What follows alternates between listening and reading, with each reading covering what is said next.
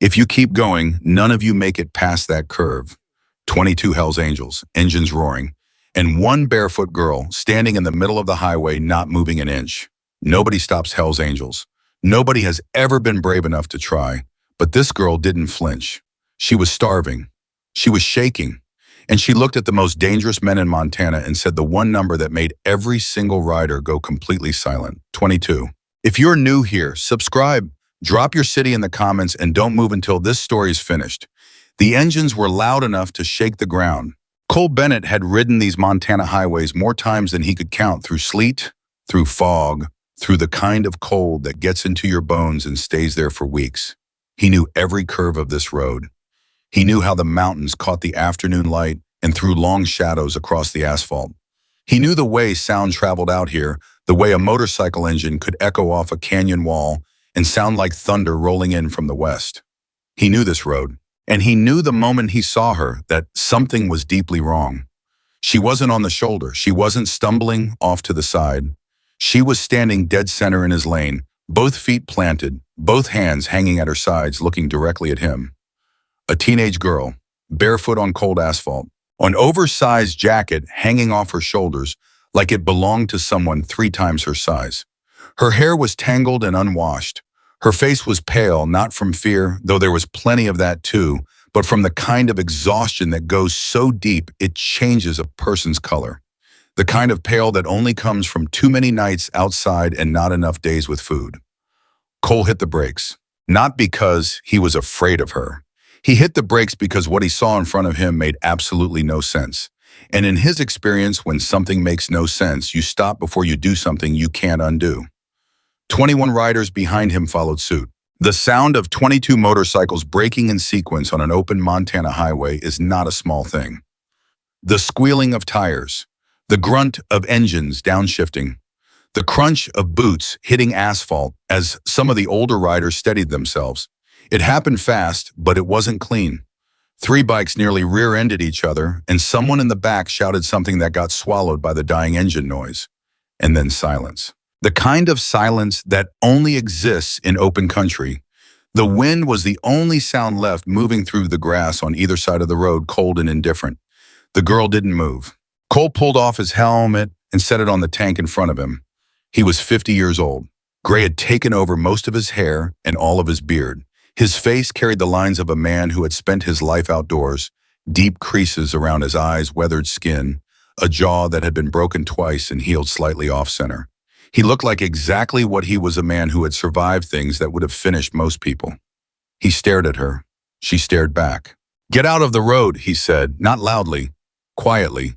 The way you speak when you want someone to understand you're being serious, not theatrical. "Before you get yourself killed." The girl shook her head, and that small, quiet refusal sent a ripple through the entire group behind him. "She's out of her mind," someone muttered from the back. "Move," a rider named Garrett called out louder this time. "We're not playing games out here." The girl didn't look at Garrett. She kept her eyes on Cole. "You don't understand," she said. Her voice was low, unsteady, like she was working hard to keep it from breaking. "You can't go forward." Cole narrowed his eyes. "Is that right?" "Yes." "And why is that?" She swallowed. He could see her throat move with the effort of it. She was terrified, that much was obvious. But she wasn't running. She wasn't backing up. She stood there in the middle of the highway with her bare feet on cold asphalt and her hands balled into fists at her sides, and she looked at him like she had already decided she wasn't going to move no matter what happened next. "They are waiting for you," she said. Silence. "Who's waiting?" Cole asked. "Men in the mountains." She tilted her head slightly toward the curve ahead, the long, sweeping left-hander that disappeared into the rock face about a quarter-mile up the road. "Armed men. They know you're coming. They know your route. They've been watching you since before noon." A low sound moved through the group. Not laughter, not yet, but the kind of collective exhale that happens when people are trying to decide whether to be amused or alarmed. "Armed men," Cole repeated slowly. "Yes. In the mountains. Yes, waiting for us. Yes. And you know this, how—" She pressed her lips together, her jaw tightened. "I was near the ridge this morning. I was looking for food near the tree line, and I heard them. There were at least 6 of them. They had equipment, weapons. They were talking about the route, about timing. One of them said, she stopped, swallowed again. One of them said 22 bikers. Nobody will find them after tonight. The silence that followed that sentence was different from the ones before it. Cole heard someone shift their weight on their bike behind him, heard the soft creak of leather, heard somewhere further back the low sound of a rider muttering something to the man next to him. 22. The girl had said 22. She couldn't have seen them coming. The approach to this stretch of highway was a long straight, and they'd left the last junction less than 10 minutes ago. There was no way she'd had time to count them. Since they came into view, they moved as a pack, loud and fast, and she'd have had maybe 15 or 20 seconds between first seeing them and the moment she planted herself in the road. 22 was also not a number you guessed by looking at a group of motorcycles at distance. 20 was a guess. A dozen was a guess. 22 was specific. 22 meant someone had counted. And the only people who had counted them were people who had been watching them closely, carefully, and for longer than a few minutes. Cole kept his face still. He was good at that. 30 years of reading situations had taught him not to show the moment something landed, because the moment you showed it, you gave something away. But it had landed. Step to the shoulder, he told her, his voice entirely calm. Stay there, don't move. He turned slightly in the seat. Behind him, the group stretched back along the highway, 21 men in leather cuts. Rode dirty bikes, faces ranging from confused to annoyed, to something edging toward the first stages of concerned. He caught the eye of a man 3 bikes back. Marcus Walker. Everyone called him Diesel because he ran on something that seemed denser and heavier than regular fuel. He was large, quiet, and exceptionally difficult to surprise. Right now, he looked like he was working something over behind his eyes. Cole made a small gesture with 2 fingers. 3 men near the front of the group understood immediately. They swung their bikes to the shoulder, killed the engines, and disappeared into the brush at the edge of the road without a word. Scouts. It happened so smoothly, so quietly that anyone watching from a distance might not have even noticed. The rest of the group settled into a loose waiting position. Bikes still running, men, not dismounting, everyone watching the road ahead in the hillside with the particular kind of casual alertness that looks relaxed but isn't. The girl had moved to the shoulder like Cole asked. She stood a few feet off the asphalt, her arms crossed over her chest, not in defiance, but like she was trying to hold heat in. The jacket was thin, too thin for this wind. Cole swung off his bike and walked toward her. She watched him come, didn't retreat, didn't flinch when he stopped a few feet away. Up close, she looked younger than he'd first thought. 17 maybe, possibly less. Her eyes were dark brown and very steady, which struck him as unusual given how obviously exhausted and scared she was. Most people, when they're scared, can't hold eye contact. She held it like she'd learned that looking away was more dangerous than looking at the thing in front of you. What's your name? Cole asked. Lily, she said. Lily Carter. How old are you? Lily is 17. Where are your shoes? A pause. I don't have any. He looked at her feet. The bottoms were tough, calloused in the way that only comes from months of walking without protection. Not a recent thing. This was her life. How long have you been out here? He asked. She seemed to consider how much to answer. 2 years, she said finally. Give or take. 2 years. Cole had seen homeless people before. He'd passed them on city corners, seen them in shelters on the 1 or 2 occasions the club had done community work. He'd encountered people on the road who were down to nothing, but there was something different about looking at a 17-year-old girl and hearing her say 2 years like it was just information, not a complaint, not a plea, just a fact she'd made peace with. Where did you see these men? He asked. She pointed toward the ridge to the northeast, a rocky outcropping that rose above the tree line, maybe 200 meters off the road. Up there, I've been sleeping in the trees near the base for about a week. Quiet enough that nobody pays attention to me. She paused. I heard them early this morning, before the sun was fully up. They came in from the north. How many vehicles? 3, 2 trucks and something smaller. I couldn't see it clearly. What were they carrying? She thought about it. Cases, long ones, some equipment I didn't recognize. One of them had what looked like a radio setup, an antenna, a handset. They spent a long time on the road itself, near the curve. Cole was quiet for a moment. And you heard them say 22. Yes. You're certain about that number? Yes. She looked at him steadily. I wrote it down in case something happened to me and someone found it later. Something about the practicality of that, the idea of this girl writing down evidence in case her own body needed to speak for her, moved through him in a way he didn't entirely know what to do with. He looked back toward the curve, then back at her. "How'd you get ahead of us?" he asked, "to get on the road before we reached you?" "I ran," she said simply. "I saw you coming from the ridge when you turned onto this highway. I came down the north slope. There's a deer path, I know it well. I got to the road about 2 minutes before you reached me. You ran barefoot down a rocky hillside to get to us in time." She looked at him for a moment. Then she said yes. Cole rubbed the back of his neck and looked at the ground. He had in his 50 years of life been around a lot of people who claimed to be brave. Riders who talked about what they'd done, what they'd been through. Men who wore their toughness like a badge. And he had learned over a very long time that the difference between someone who talked about being brave and someone who actually was brave was usually very simple. The brave ones didn't notice they were doing it. They just saw something that needed to be done, and they did it, and the fear was real, but it didn't win. This girl had run barefoot down a rocky hillside, planted herself in front of 22 motorcycles, said what she needed to say, and didn't move until someone listened. He looked back at the group. Some of the men were watching him and Lily. Others were watching the hillside and the road ahead.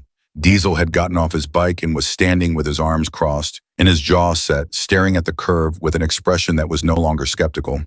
It had moved past that into something more calculating. "What do you think?" a rider named Hector said quietly, stopping beside Cole. "I think we wait for the scouts," Cole said. "And the girl?" Cole glanced back at her. She had sat down on the ground beside the road. Her knees were pulled up to her chest, and she was staring at the asphalt with the look of someone who had just done the hardest thing they were going to do today and wasn't sure yet if it had mattered. "She stays here," Cole said. "Get her something to eat." Diesel didn't like it. He didn't like any of it, the timing, the story, the number, especially the number. He pulled Cole aside while Hector walked toward Lily with a protein bar and a bottle of water from one of the saddlebags. "Think about it," Diesel said quietly. His voice was deep and deliberate, the kind of voice that took its time. "She knows exactly how many of us there are. She's got a story that's hard to check quickly. She plants herself in the road, perfectly placed to slow us down. That buys time, and now we're just standing here on an open highway." Cole looked at him. "I know. You know, and you're still doing this. I'm waiting for the scouts, Diesel." "Because of what she said." "Because the number was exact," Cole said. "Nobody guesses 22. That's not a round number. That's not an estimate. 22 is a count." He paused. "Either she counted us, which means she's been watching us for a while and knew to count, or someone told her 22. If someone told her, she heard it from the men in the hills. Either way, she's connected to something real." Diesel chewed on that. His jaw worked slowly. "Or she's playing us." "Maybe," Cole said. That's why we're waiting for the scouts. And if it's a trap, if we're the ones who stopped, then we're stopped on an open ground and not at the curb," Cole said, "which is the better position of the two." Diesel looked at him for another moment and then exhaled through his nose a slow, controlled sound and walked back toward his bike. Cole turned and looked at Lily. She was eating, carefully, slowly, the way people eat when they've learned not to trust that there will be more food later, so they take their time with what's in front of them. She held the protein bar with both hands and chewed without looking up. Hector had crouched down nearby, not crowding her, just present. One of the younger riders, a kid named Ruiz, who had been with them for less than a year, drifted over to where Lily was sitting and looked down at her. He was 23, built like a swimmer, and had the kind of confidence that comes from never having been seriously tested yet. "You really ran down that hill barefoot," Ruiz said. Lily looked up at him. "Yes." "Why?" She seemed to think about how to answer that. Not like she didn't know, but like she was deciding how much of the real answer to give him. Finally, she said, "Because I know what it feels like when someone needs help and everyone just keeps walking." Ruiz didn't say anything to that. He stood there for a moment and then walked away, and Cole noticed that his expression had changed. Some of the casual confidence had been replaced with something quieter. Good, Cole thought. It should. The wind shifted. Somewhere up the hillside, a bird called once and went silent. Cole watched the tree line and waited. The scouts came back 11 minutes later.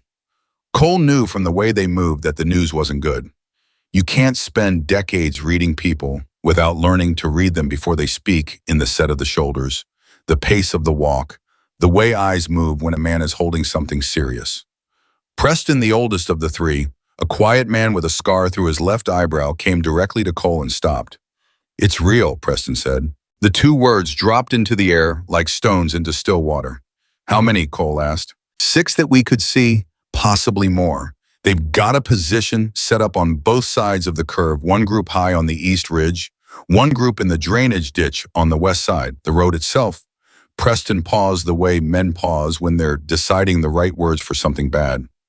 "They've worked on the road. We couldn't get close enough to know exactly what, but there's been significant activity on the surface near the inside of the curve. Fresh disturbance. Could be a dig out under the asphalt. Could be something placed on the surface and covered." Cole kept his face still. "Armed? Yes. Long guns. At least one of them had a rifle that wasn't small. Communication and radio setup. Northeast position, antenna up." Cole nodded once. Then he turned and looked at the group. 21 men watching him, waiting. He looked at Lily. She was still sitting on the ground. She hadn't moved closer to hear the scouts report. She wasn't trying to look like she belonged in this conversation. She was just sitting there, eating, slowly watching him with those steady brown eyes. He walked over to her. She looked up. He crouched down so he wasn't standing over her.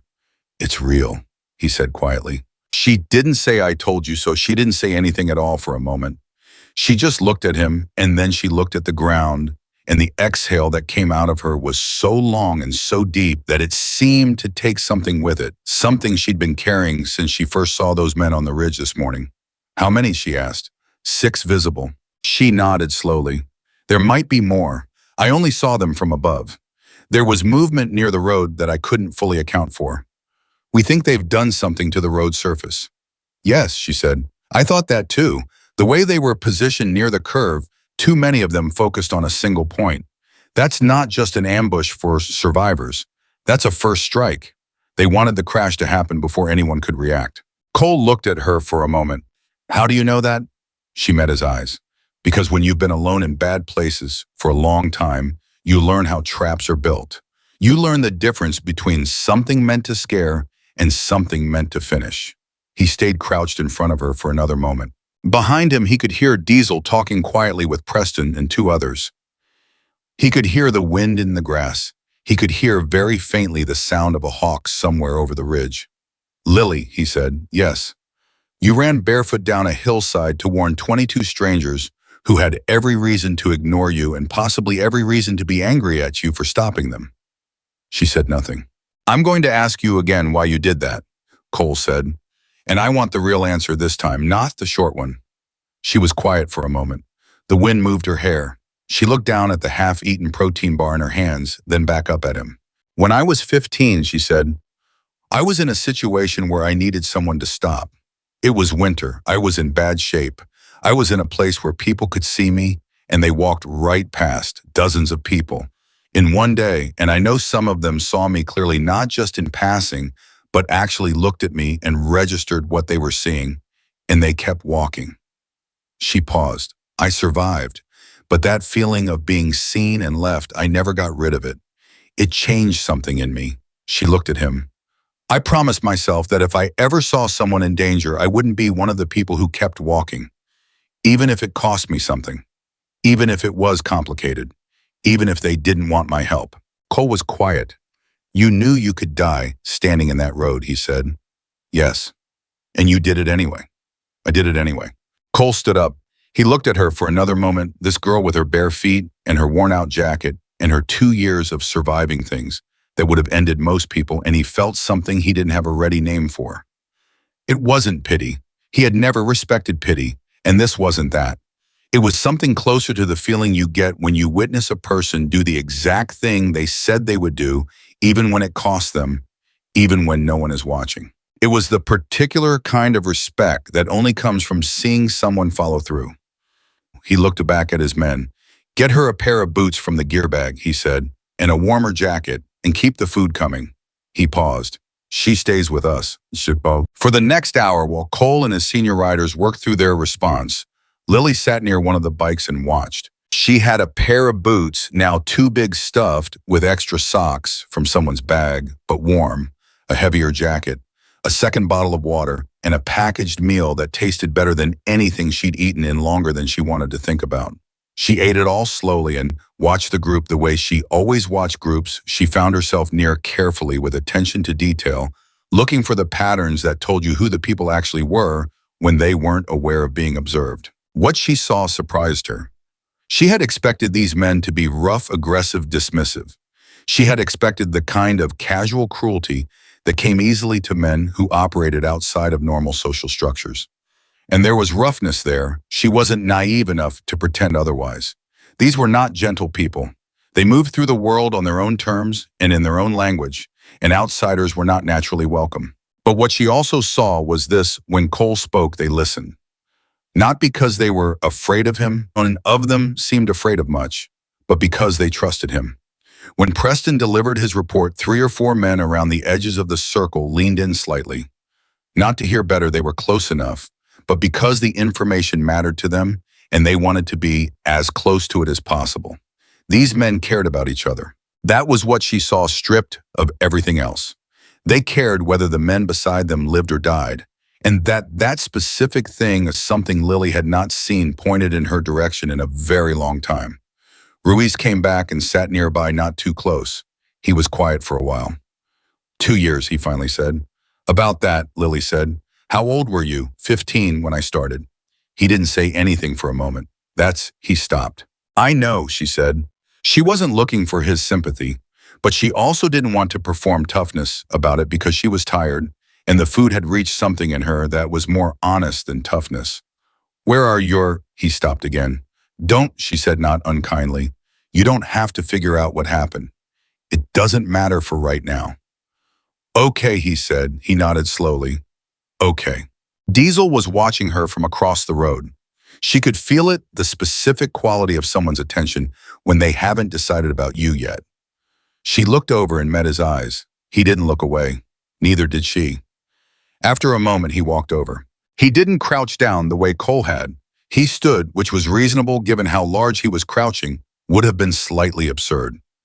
He looked at her with an expression that was not warm, but was no longer the specific skepticism it had been before. The scouts confirmed what you said, he told her. I know, she said. Cole told me. Before that, Diesel said, I thought you might be part of it. I know that too, she said. He looked at her steadily. You're not offended. She almost smiled. Why would I be? If I were in your position, I'd have thought the same thing. She paused. Actually, you were right to suspect me. You shouldn't trust people on first meeting, especially not when the timing is convenient. Diesel's expression shifted almost imperceptibly, but she caught it. It was the look of someone recalibrating.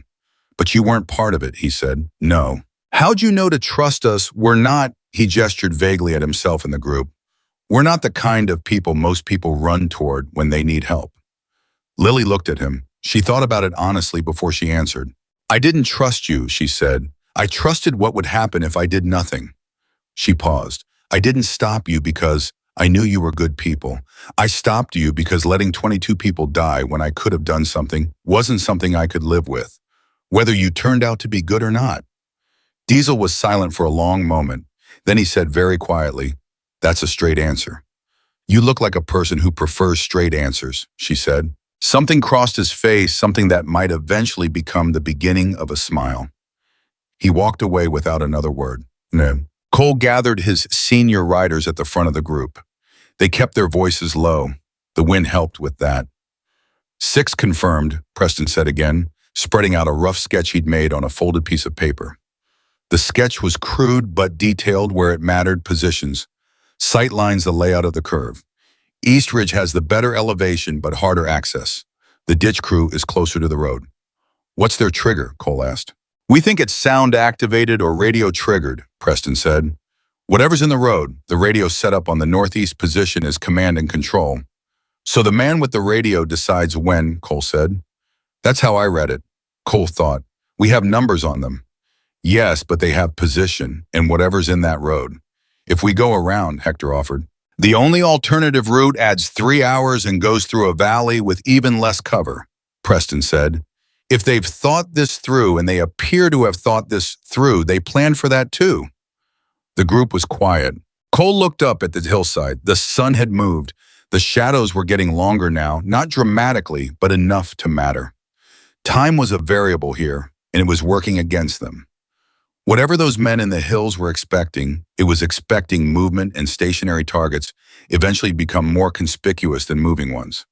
The girl, Diesel said. Everyone looked at him. She came down from the ridge, Diesel said slowly. She knows the terrain above the road. She was up there this morning, he paused. She knows things we don't know, not just what she saw, the layout, the paths, the way the land sits. Cole looked at him for a moment. Then he looked back at Lily. She was watching them, not pretending not to. She was looking directly at the group of men in quiet conversation. And there was a clarity in her expression that Cole was beginning to recognize as characteristic of her. She looked at things directly. She assessed. Bring her over, Cole said. Hector went to get her. She came without hesitation, walking in her two big boots with a steadiness that seemed to cost her something, like each step was an act of quiet determination. She stopped at the edge of the group and looked at Cole. We need to know the terrain above that curve, Cole said. What you saw from the ridge, the paths, the positions, the gaps, anything that could give us an approach that isn't the road. Lily looked at the group, 21 men watching her, some guarded, some curious, a few including Ruiz with something more open in their expressions. She looked at Cole's sketch. Then she held out her hand. He gave her the pencil. She began to draw. What she produced in the next 4 minutes on the back of Preston's sketch was better than anything they'd had. She drew paths that didn't show on any road map. Deer Trail's drainage cuts the layout of the rock formations on the East Ridge. She marked the position she'd observed the 6 men from. She indicated a blind spot on the west side that the ditch crew almost certainly couldn't see into. She had memorized it, not because she'd been planning to use it, but because her survival had always depended on knowing her terrain better than anyone who might come through it. When she finished, she handed the pencil back to Cole. He looked at the drawing, then at her. You mapped this from memory, he said. Yes. You were up there for a week. Yes. This is accurate as I can make it, she said. The drainage cut on the west, I've used it twice. Once to avoid a forest ranger who would have relocated me, and once in a rainstorm. It's there. It's accessible. Cole looked at Preston. Preston looked at the drawing for a long moment, comparing it mentally to what he'd seen from the road. That west drainage, Preston said slowly, I think I saw the top of it. Dismissed it as too steep. It is steep, Lily said, but it's not vertical. Careful footing, it's manageable. Preston looked at Cole. Cole looked at the drawing one more time. Then he looked at Lily. You've done enough, he said, more than enough. She looked at him steadily. I know. You understand we're going to need you to stay here and stay low. Something moved through her expression, something complicated, something that had weight to it. She held it for just a moment, and then she nodded. Yes, she said. Okay. Cole held her gaze for one more second, because he knew what she was feeling, or he thought he did. She had done what she came to do. She had warned them. She had given them the map. And now she was being sent to the sideline, which was the right call and the safe call, and she knew it was the right call, and she was going to accept it. But he could see very clearly that she was 17 years old and had been invisible for 2 years, and that what she wanted, what she had maybe not even fully admitted to herself that she wanted, was to be told that she mattered. Not just what she'd done. Her, he made a decision. Lily, he said, yes.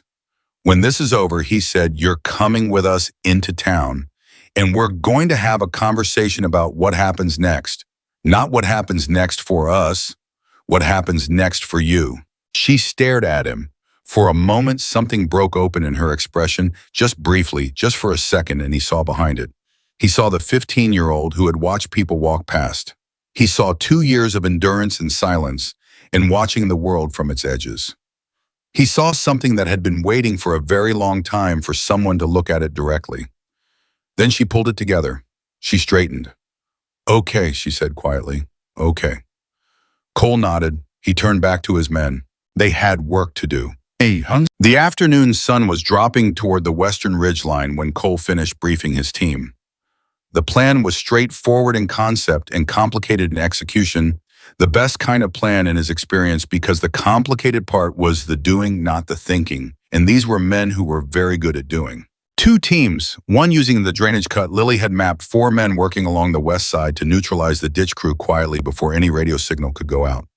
A second team approaching the east ridge from the north, a longer route, harder terrain, but coming in from the direction the men there would least expect. Cole would hold the main group on the road, visible, stationary, giving the ambush crew exactly what they expected, a stalled target, buying time for confusion to turn into concern. Visible but not advancing, he looked at his riders one more time. They chose this road because they thought they knew what we'd do, he said. They thought we'd keep moving. They thought we'd hit that curve like we had every other mile of highway behind us. He paused. They didn't account for the girl. He looked back toward where Lily was sitting farther back along the shoulder, partially hidden behind one of the bikes. Remember that, he said. The person they never saw coming was the one barefoot, half-starved, with nothing to gain and everything to lose. She's the reason we're having this conversation instead of the other one. No one spoke. The wind moved through. Cole put his helmet back on. Let's go, he said, and the Hells Angels went to work. But what none of them knew yet, not Cole, not Diesel, not Preston, was that the 6 men on the ridge were only part of the picture. There was something else waiting in that trap. Something that Lily had not seen from her position on the hillside. Something that would change everything about what they thought they were walking into. And the only person who would see it in time was the girl sitting quietly beside the road watching the hillside with 2 years' worth of survival instinct, sharpened to a point so fine it could cut through things that should have been invisible. She wasn't done yet, not even close. The 2 teams moved out at 4:47 in the afternoon. Cole watched them go, 8 men disappearing into the brush and terrain on either side of the highway, moving quietly in a way that didn't match their size or their reputation. That was something outsiders never understood about men who had survived as long as these men had. Survival required patience. It required the ability to become very small and very still when the situation called for it, regardless of how loud your life usually was. He turned back to the road. 13 men remained on the highway with him. Bikes still positioned, engines off now, no point burning fuel during a wait, and the silence was tactically useful. You couldn't hear what was happening on a hillside over a running engine. Lily was still at the shoulder. She hadn't moved since Cole had told her to stay low, but her stillness wasn't passive. It was the stillness of someone who was watching everything, processing everything, holding it all in a kind of internal inventory. He'd seen that quality in experienced soldiers. He'd seen it occasionally in long-haul truckers and in wilderness guides and in people who had spent years alone in difficult environments. It was the quality of someone whose survival had always depended on paying attention and who had learned at a cellular level that inattention was the thing that got you. Ruiz had positioned himself a few feet from her without being asked, not guarding her, more like keeping her company the way a younger sibling might sit near an older one who was doing something serious and didn't want to be bothered, but also didn't want to be entirely alone. Diesel stood near Cole, scanning the ridgeline with his arms crossed. How long? Diesel asked. Preston figures 20 minutes for the west team to reach position, Cole said. East team has harder ground, 30-35. And if the radio crew moves before that, then we improvise. Diesel exhaled. I hate improvising. I know, Cole said. That's why I put you on the road. A short silence. The girl's drawing was good, Diesel said, not warmly, factually. Yes, Cole said, it was. Detailed, accurate detail if Preston's right about the drainage cut. He paused. She wasn't exaggerating about what she saw up there. Every position she marked matched what Preston described from the road. No, Cole said. She wasn't exaggerating. Another pause. I was wrong about her, Diesel said. The words came out flat and direct without performance. That was the thing about Diesel. He could change his position without making a production of it. He was wrong, he said he was wrong, and that was the end of it. You were being careful, Cole said. I was being wrong, Diesel said. There's a difference. He glanced toward Lily.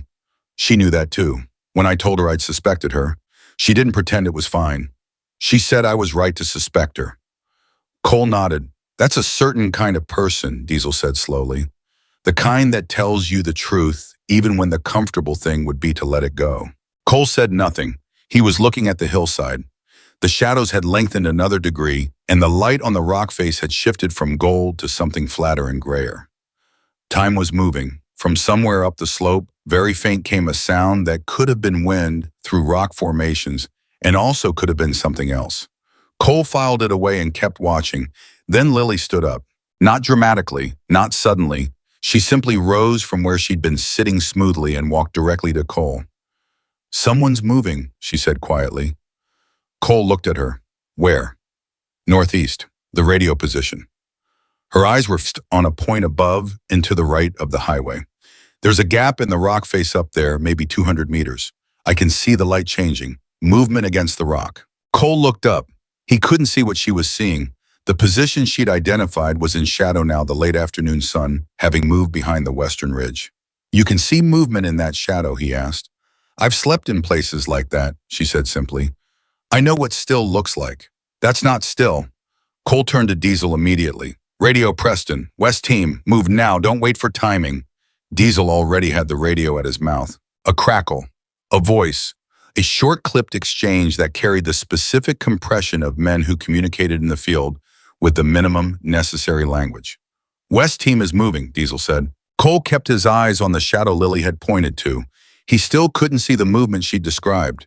And that was what made him believe her, because she was seeing something he couldn't in conditions he wouldn't have thought to look in, and she was right that his East team was running out of time. "How certain are you?" he asked her. She looked at him.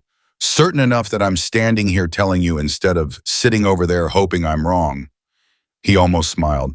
"Get back to the shoulder," he said. "Cole, Lily." She held his gaze for a half second, then she went back to the shoulder. But she didn't sit down. She stood facing the hillside, watching. And Cole thought she's going to see something else before this is over. He didn't know how he knew that. He just knew it with the same certainty that had kept him alive through 30 years of situations where certainty was the rarest commodity available. He was right. But what she saw next wasn't on the hillside, it was on the road.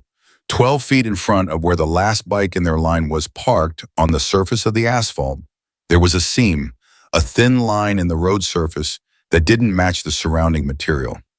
Old crack fills on Montana highway asphalt had a specific color, weathered gray, sometimes oxidized to near black. This seam was slightly lighter, slightly newer. Lily was looking at it. She had noticed it the way she noticed everything, not by looking for it, but by the absence of it fitting the pattern of everything around it. The road surface was old and consistent for 50 yards in each direction. And then there was this seam, 14 inches long, slightly too regular for a natural crack. She looked at Cole. Cole was watching the hillside. She looked at the seam. She looked at Ruiz, who was the closest rider to her. "Ruiz," she said, keeping her voice low and level. He looked at her. She pointed to the seam in the road. "How much do you know about what's placed in roads?" Ruiz looked where she was pointing. His face changed. "Cole," he said, not loudly, the kind of voice that carries exactly as far as it needs to. Cole turned. Ruiz pointed. Cole walked over. He crouched down over the seam and looked at it for approximately 3 seconds without touching it. Then he stood up and looked at the line of bikes. "Move everything back 50 meters, he said, calmly, completely calmly. Now, quietly, no engines, the riders moved. The bikes were walked backwards, silently, boots on asphalt, the whole line shifting back down the highway, with the practiced efficiency of men who had learned to move fast without looking like they were moving fast. Lily moved with them, staying to the shoulder. When they had the distance Cole wanted, he stopped and looked at the ground around the seam from the new position. "That's not the only one," he said, more to himself than anyone else. He was looking at the road with different eyes, now the eyes of someone who now knew what to look for. "There's another one. Look 8 feet to the left." Hector looked. "Yeah," he said quietly. "Yeah, I see it." "So whatever this is," Cole said, "it's wider than 1 point. Pressure activated," Hector offered. "Or radio," Diesel said. "If it's radio, the man with the antenna decides when." Everyone went quiet with that, because what it meant was simple and terrible. The trap wasn't designed for a crash. It was designed for a detonation. And the man with the radio on the northeast ridge was the one with his finger on the trigger, which meant the moment that man decided they'd stopped long enough, or the moment he decided something had gone wrong with his plan, he could end this entire conversation. Cole felt something he recognized from a few very specific moments in his past, a cold, clear focus that came not from the absence of fear, but from the complete routing of all available mental resources toward a single problem. It was the closest thing to peace he'd ever found under pressure. He looked at Diesel. West team has to reach that radio position, Cole said. That's the only thing that matters right now. Everything else is secondary. Diesel nodded. He had the radio again.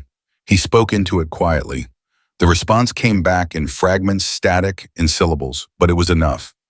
They're close, Diesel said. 2 minutes, or maybe less. 2 minutes. Cole looked at the hillside, then at the seams in the road, then at his men. He looked at Lily. She was watching the northeast ridge, standing absolutely still, arms at her sides with that focused quality that had started to feel familiar. She was watching the shadow gap in the rock face where she'd seen movement. Cole counted seconds in his head. One of the older riders, a man named Teague, who had the slowest resting heart rate of anyone Cole had ever known, pulled out a folded piece of cloth from his vest pocket and was cleaning his sunglasses with methodical calm. Teague cleaned his sunglasses when he was nervous. It was the only tell he had. Ruiz was very still, too still for 23. He'd grown about a decade in the last hour. Hector had his hand resting on the radio on his belt, not gripping it, just resting. Ready. Diesel was looking at the ridge. His jaw was set and his breathing was controlled, and he looked like a man who had located somewhere inside himself the particular reservoir that men like him kept for exactly these moments. 60 seconds passed. 90. And then from the northeast ridge there was a sound, not an explosion, not a shot.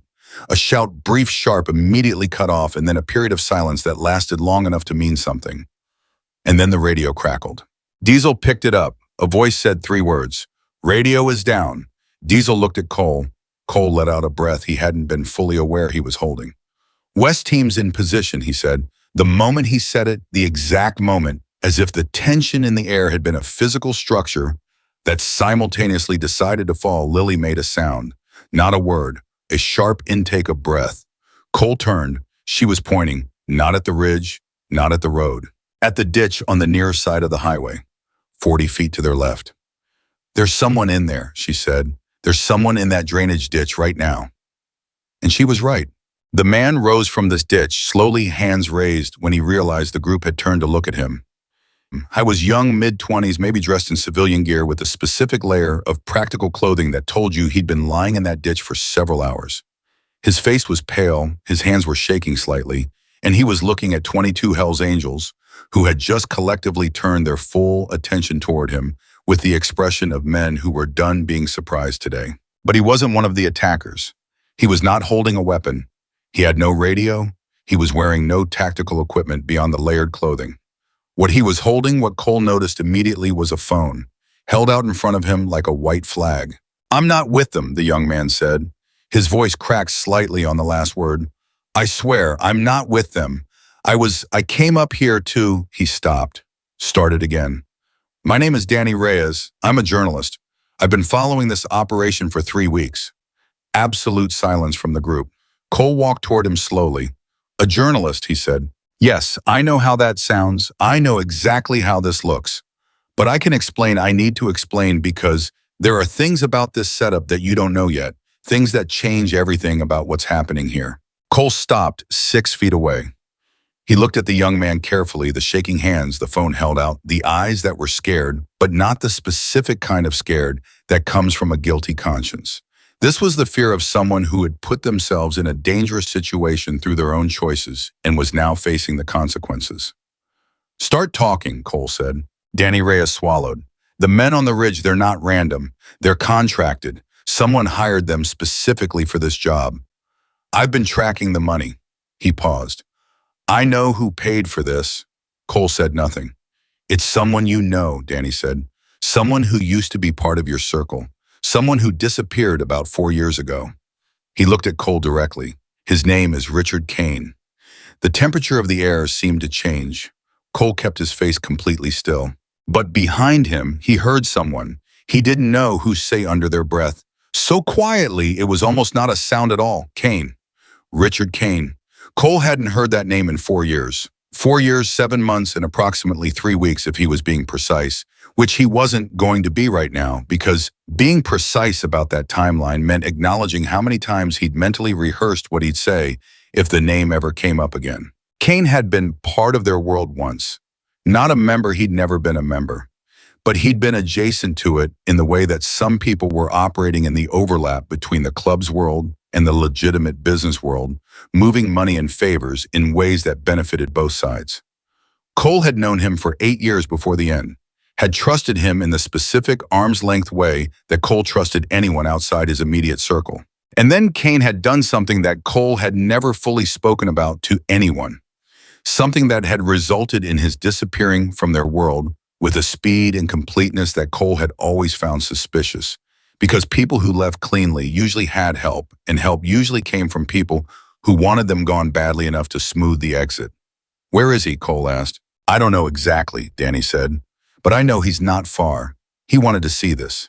He's been waiting a long time for this." He paused. "The attack today wasn't just about killing you, it was about the aftermath. He had plans for the aftermath too." "What kind of plans?" Diesel said from behind Cole.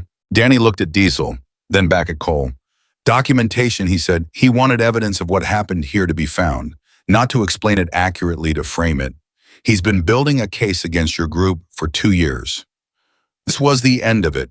Kill 22 people and leave evidence behind that says they came here to do exactly what was done to them." The logic of it settled into the group like a stone dropping into deep water, because it was elegant in a terrible way. Not just kill them, erase them, and replace them with a version of events that made the killing look like justice. 2 years of preparation. A story built piece by piece with documentation, witnesses, manufactured evidence, all of it designed to survive scrutiny. Kane had always been meticulous. That was what Cole remembered most about him. Not his temper, not his charm, not the specific warmth he could turn on like a light switch when he needed something from someone. His patience, his meticulous, almost architectural patience. Cole looked at Danny Reyes. "How long have you known his name?" Cole asked. 3 weeks, Danny said. "I've been trying to figure out I didn't know who to go to. Your group doesn't exactly have a public relations contact. How'd you find us?" "I followed the money backward from the contract payments. The contract workers were hired through a middleman in Billings. I found the middleman. He talked more than he should have." Danny paused. "I drove up here this morning. I was going to try to find you on the road, and I didn't have a plan, honestly. I was going to figure it out." He swallowed. "Then I saw the girl." Cole looked at him sharply. "I was already near the road," Danny said. "I'd parked a mile back and walked up. I saw the men on the ridge in the morning. I didn't know exactly what they had planned, but I knew it was bad. I was trying to get close enough to document it." He paused. "And then I saw her coming down the hillside, barefoot, running, and I watched her plant herself in the road." He stopped. His voice, when he continued, was quieter. "I've been a journalist for 6 years. I've covered a lot of things. I've seen people do extraordinary things under pressure." He looked toward the shoulder where Lily was standing. She was watching this entire exchange with absolute stillness. What she did, that was something different. That was someone deciding that doing the right thing mattered more than what happened to her as a result. Lily said nothing. She was watching Danny with the same careful, assessing attention she'd given everyone. Cole turned to look at her. She looked back at him. "Did you see him?" Cole asked her. "When you came down the hill?" She considered. "I heard something in the ditch when I was on the road," she said. "I thought it was an animal. I filed it away." She paused. "I should have looked harder." "You were a little busy," Ruiz said from behind her. Something unexpected happened then. Something small and genuine. Lily looked at Ruiz, and for just a second, there was the beginning of a real smile on her face. Brief, unguarded, the kind of expression that comes before a person remembers to manage themselves. It was there, and then it was gone. But Ruiz saw it, and something about it seemed to settle him, like he'd been waiting without knowing he was waiting for confirmation that she was okay, and that was the confirmation. Cole turned back to Danny. "Where is the rest of your documentation?" "In a bag I left at the car," Danny said. 3 weeks of material. Bank records, communications, photographs of Kane at 2 meetings in the last month. A recording." He paused. "I can give it all to you." "Why would you do that?" Diesel asked from behind Cole. His voice was still measuring Danny, still not fully convinced. That's 3 weeks of your work, your story. Danny looked at him. Because if I sit on it to protect my story and someone gets killed while I'm deciding what to do about it, then I've become part of what happened. And I've spent 6 years trying very hard not to do that. Diesel looked at him for a long moment. Then he looked at Cole. Cole had already made a decision, but he let Diesel finish his assessment because Diesel's read on people when he gave it his full attention was almost never wrong. Diesel said, "He's telling the truth." Cole nodded. Then he turned toward Hector. "Get 3 riders and go get his car. Bring everything that's in it." He looked at Danny, where mile back east side in the brush, silver sedan, keys in the wheel well. Hector was already moving. Cole turned back to the ridge. His west team had the radio position. His east team should be reaching the ridge crew by now. The seams in the road were neutralized as a threat as long as no one walked over them and they weren't going to walk over them. The immediate danger was contained. But Kane was still out there somewhere. And if Danny was right, if Kane was close enough to want to see this, then the game was not over. It had simply moved into a different phase. Cole thought about this. He thought about Kane's patience, about the 2 years of documentation building, the contracted killers, the careful architecture of the plan. About the fact that a man like Kane, when his plan failed, would not simply leave. A man like Kane would adapt. He would look at the failure and find the next move, which meant the next move was coming. And Cole needed to understand what it was before it arrived.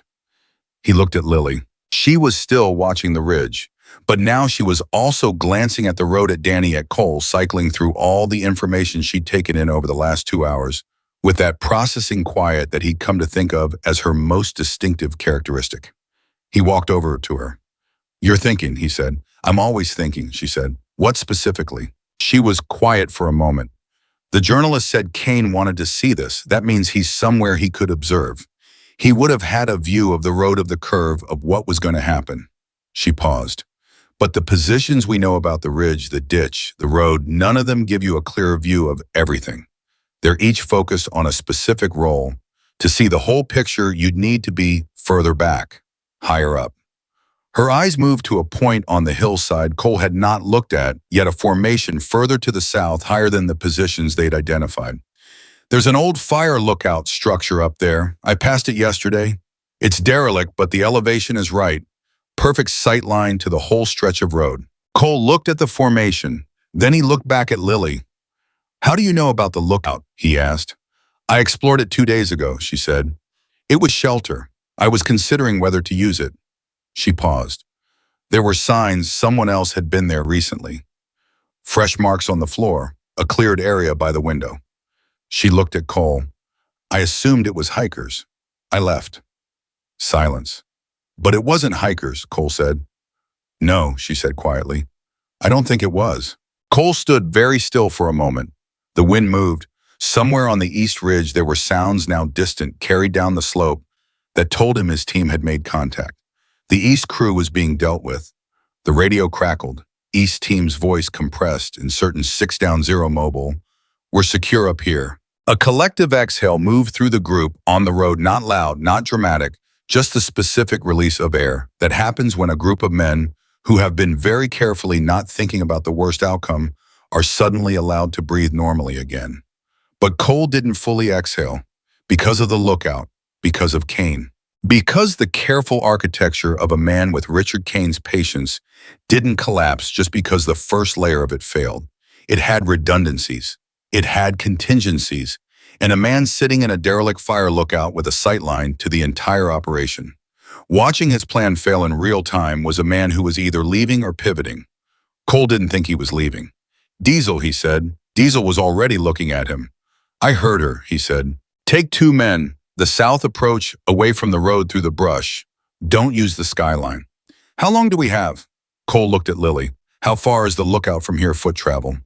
"If he's moving now," she said, 12 minutes to the north slope. 7 if he's not being careful." "He'll be careful," Cole said. "Go." Diesel moved immediately, touching 2 riders on the shoulder as he passed them, a silent selection that the selected men understood and responded to without a word.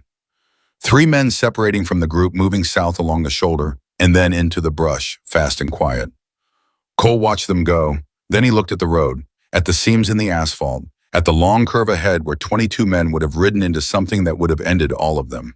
He thought about Kane, about the 8 years he'd known him and the one thing he'd done at the end of them.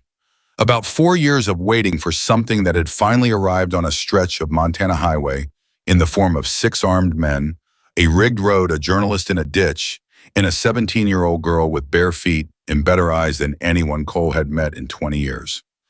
He turned back to Lily. She was looking at him. "You should have told me about the lookout earlier," he said. Not harshly, just as a statement of fact. "I didn't know it was relevant until it was," she said. Fair, he thought. "What do you know about Kane?" she asked. "You recognize the name." He looked at her for a moment. She was 17 and she had no filter between observation and question, which was at once exhausting and valuable. Most people in her position would not have asked. They'd have waited to see if the information came to them. She asked, "He's someone I trusted," Cole said, "a long time ago. And he stopped being someone you trusted." "Yes." "What happened?" Cole was quiet for a long moment. The wind moved. A radio crackled with routine traffic. Somewhere up on the East Ridge, his men were doing what needed to be done. "He made a choice," Cole said finally, "that cost someone their life, someone who didn't deserve it, and then he disappeared before any accounting could happen." Lily absorbed this. Her face was quiet, but her eyes were working, processing, connecting. "And you never stopped looking for him," she said. It wasn't a question. It was a recognition. Cole looked at her. "No," he said. "I never did." She nodded slowly. "That's why this plan was what it was," she said. "He wasn't just trying to kill you. He was trying to make sure you never had the chance to find him, that you were just gone, and the story left behind was his version." Cole said nothing. She'd worked it out accurately, and he saw no reason to confirm or complicate it. "So when Diesel finds him in that lookout," she said, "what happens?" Cole looked at her steadily. "He answers for what he did," he said. She held his gaze. She seemed to be deciding something. Then she said very quietly, "The person he cost you, did they have someone who looked for them the way you looked for Kane?" The question landed in a place he hadn't expected. "I thought of a face, a specific face belonging to a person who had been 31 years old when they died, and who had left behind, among other things, a younger brother who had spent 2 years asking Cole the same question Lily had just asked." "Yes," he said. "They did." She nodded. She looked down at the road, then back up at him. "Good," she said simply. The radio crackled again. Diesel's voice. "We found the lookout." A pause, the specific pause that carries weight. "He was here, recent. Fire still warm." Cole closed his eyes for exactly 1 second. Then he opened them. "Which direction?" he said into the radio. "North," Diesel said. "Fresh tracks heading north toward the valley." Cole looked at the road, at his bikes, at the curve ahead that would no longer kill. Kane was running. And a man who ran after watching his plan collapse from a hillside was a man who had already moved to his contingency, which meant there was something else, something they hadn't found yet, some piece of the architecture that didn't depend on the road or the ridge or the radio or the 6 men who were now accounted for. Cole turned to Danny Reyes. Danny was watching him with the expression of a man who had been in journalism long enough to recognize the moment a story changed shape. "The documentation you have," Cole said, "is there anything in it about a secondary plan, something that activates if the first approach fails?" Danny's expression shifted. "There's a reference," he said slowly. "In a communication I intercepted 3 weeks ago. Kane wrote to the middleman about he called it a clean resolution. Separate from the primary." He paused. "I assumed it referred to destroying evidence afterward. I didn't look into it further." "Look into it now," Cole said. "In your head, everything you remember about that communication." Danny was quiet. His eyes moved in the specific way that indicated serious internal search, not performing, but actually working through memory. "He mentioned someone," Danny said slowly, "someone positioned elsewhere, not on the road, not on the ridge." He stopped. "He said the phrase was the one they'll never check." He looked at Cole. "That's all I have. I didn't know what it meant." "The one they'll never check." Cole stood very still. "The one they'll never check." He looked at Lily. She was already looking at him. "Who in your world doesn't get checked?" she said. He didn't answer immediately because the answer was already forming, taking shape from the specific phrasing, from what he knew of Kane's methodology, from the way a man like that thought about the architecture of a plan. And when it arrived fully formed and cold. the one they'll never check. Not a person on a ridge, not a contracted shooter, not someone visible, someone trusted, someone inside. Cole looked at his group, 13 men on the road with him, men he had known for years, some of them for decades. Men he had trusted in the way that you trust people when your life has depended on that trust so many times that the trust becomes structural, becomes load-bearing. His eyes moved across their faces, and he stopped. Because there was one face that was slightly different from the rest. Not obviously, not dramatically, but different in the specific way that Cole had learned over 30 years to notice. The difference between a man who is waiting for something to happen and a man who is waiting to see what happens next. One of his own, one of the 13 men standing on this highway with him, was waiting for something. Cole didn't move. He didn't change his expression. He didn't look away or look too long, but he knew, and in the space of the next breath, he understood that Richard Kane had not just planned for the attack to succeed, he had planned for it to fail. And the fail-safe was standing on the shoulder of this highway, wearing the same cut as every other man in Cole's world, waiting for the signal that would never come, because the man on the ridge with the radio was no longer in a position to send it. Cole turned slightly toward Hector, who was standing to his right. He leaned close. He spoke in a voice that didn't carry. "Third from the back," he said. "Left side, watch his hands." Hector didn't turn, didn't react visibly, just said very quietly, "Already watching." Cole straightened. He looked at Lily. She was looking at the same man. Of course she was. She had seen it before he said it, maybe before he'd fully formed it himself. 2 years of watching groups, watching faces, watching for the tells that kept you safe in places where you couldn't afford to be wrong. She had been reading this group since the moment she stepped onto the road, and she had landed on the same face for the same reason. She looked at Cole. He gave the smallest possible nod. She looked back at the man, steady, unreadable, and then she looked back at the road. And she waited, the same way she had waited, standing barefoot on the asphalt when 22 engines were bearing down on her. With everything she had, completely still, completely ready, the man's name was Victor Salles. He had been riding with Cole's group for 6 years. Not a founding member, nobody confused him for that, but present long enough to be unremarkable, which was Cole now understood with a clarity that felt like cold water, exactly the point. Victor was medium height, medium build, the kind of face that didn't anchor itself in memory. He spoke when spoken to. He did what was asked. He never pushed for more information than his role required, and he never drew attention to the moments when he was paying close attention. 6 years. Cole stood on the highway shoulder and felt 6 years of interactions run through him like a film reel on fast forward. Every conversation, every road trip, every situation where Victor had been present and peripheral and completely unremarkably there. And now he was seeing those moments differently. Not with certainty yet, not with the hard evidence that would make what he suspected into something he could act on, but with the particular sick clarity of a man who has just looked at a picture he's seen 100 times and finally noticed what was always in the background. He kept his face still. Cole Bennett had learned at 22 years old from a man who had since died peacefully and deserved the peace he got, that the face you wear in the moment before you act is the most important strategic decision you will ever make. Show too much and you lose the element of surprise. Show too little and you tip that you're hiding something. The goal was to look exactly like yourself, not performing calm but inhabiting it. He looked like himself. He turned back to Hector and spoke quietly enough that the wind covered it. "Get Danny away from the road." Quietly. "Don't make it look deliberate." Hector understood. He drifted toward Danny Reyes with the casual ease of a man with nowhere important to be, and within 30 seconds he had guided the journalist toward the back of the group with nothing more than a hand on the shoulder and a few murmured words about staying out of sight lines. Cole looked at Lily. She was still at the shoulder, still watching Victor the way a person watches something when they don't want it to know it's being watched, not staring, just aware. Her gaze moved in a slow cycle road ridge group. Victor rode again. Natural looking, methodical. She was 17 years old and she was better at this than men he'd trained himself. Cole walked toward her, not directly angling, as if he was checking on the road surface. When he reached her, he stopped with his back to Victor's position and spoke without turning. "He hasn't moved," Lily said quietly.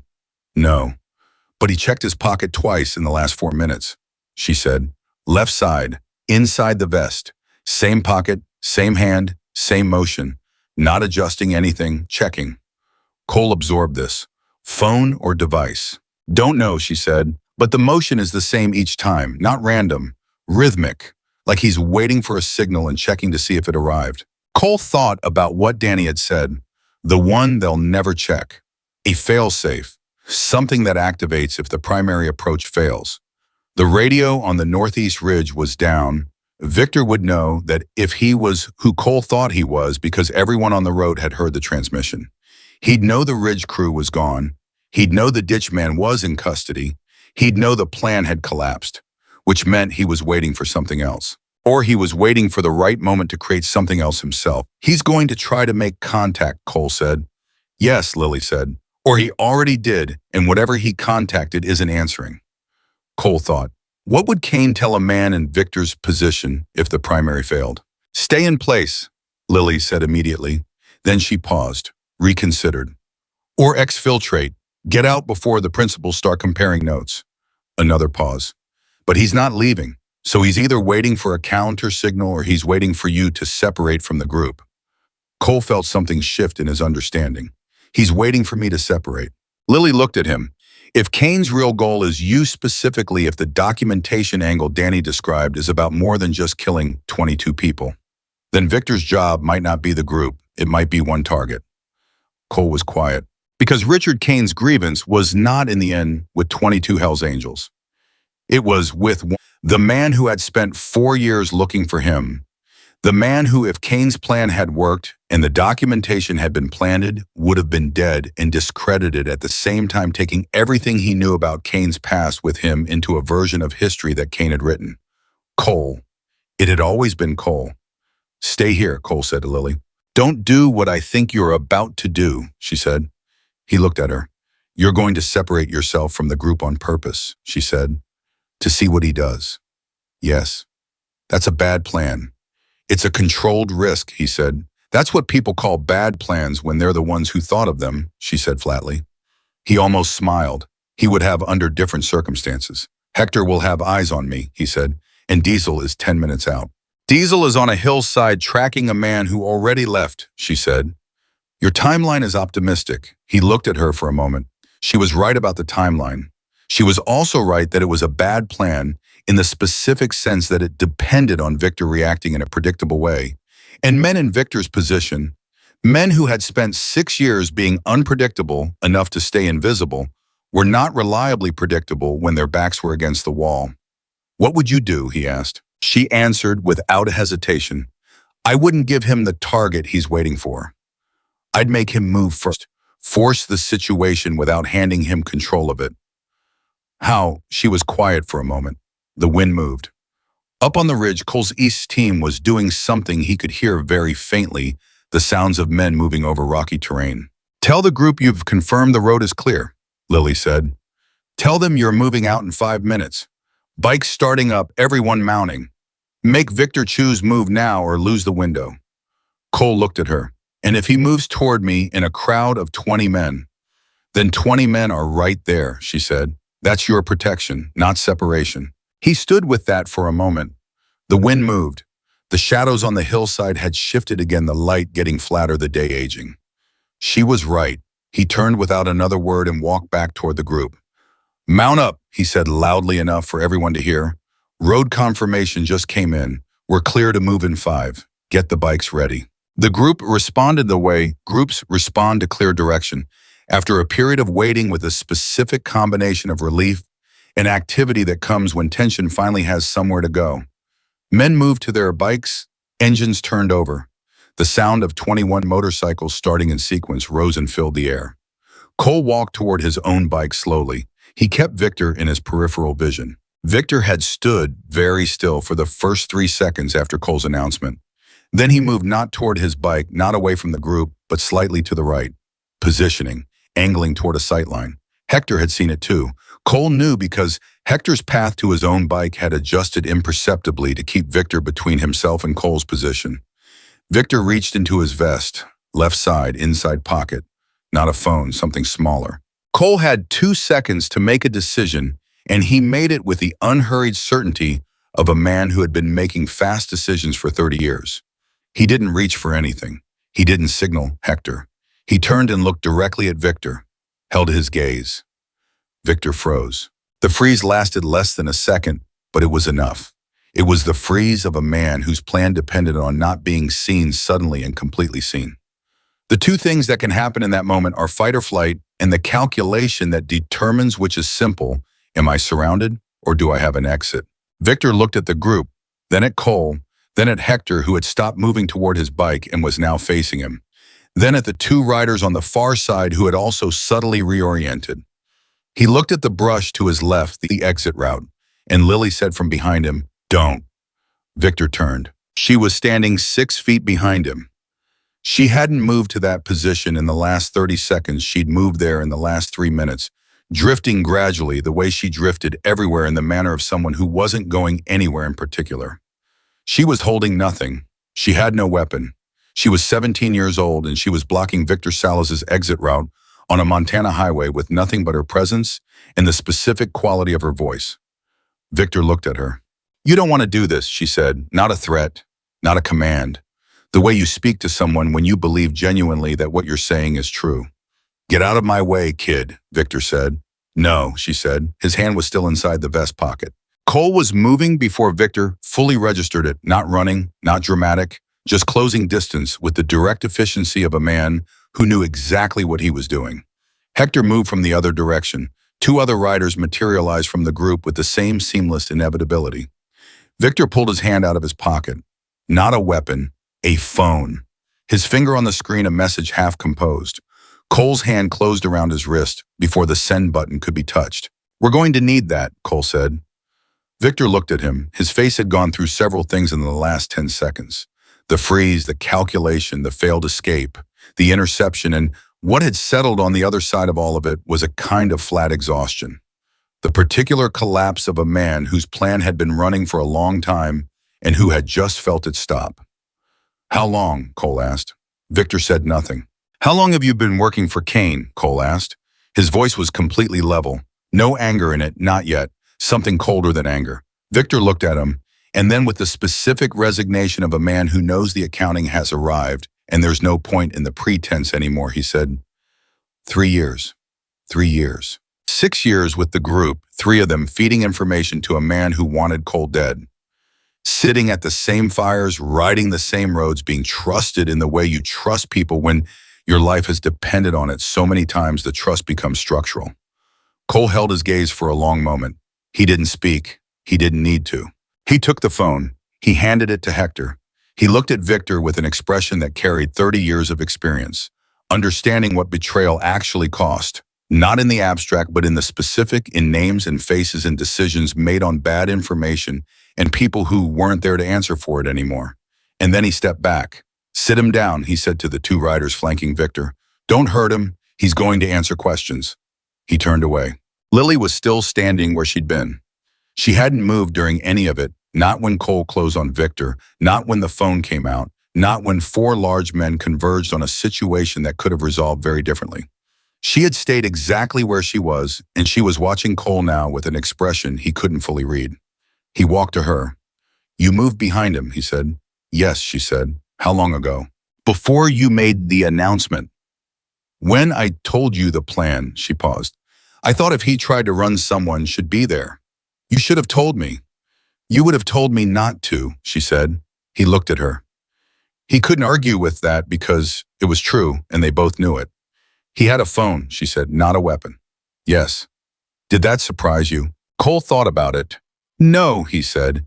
"Kane wouldn't put a weapon in the hands of someone whose job was information. A weapon creates evidence of intent. A phone just creates questions." "The message he was composing," she said. "What did it say?" Hector's looking at it now. As if on cue, Hector appeared at Cole's shoulder. He held the phone so Cole could read the screen. The message was 5 words sent to a contact listed only as R primary down. "Execute secondary, execute secondary." Cole stared at the message. "Execute secondary." He looked at Hector. "Who is trying to trace it now," Hector said.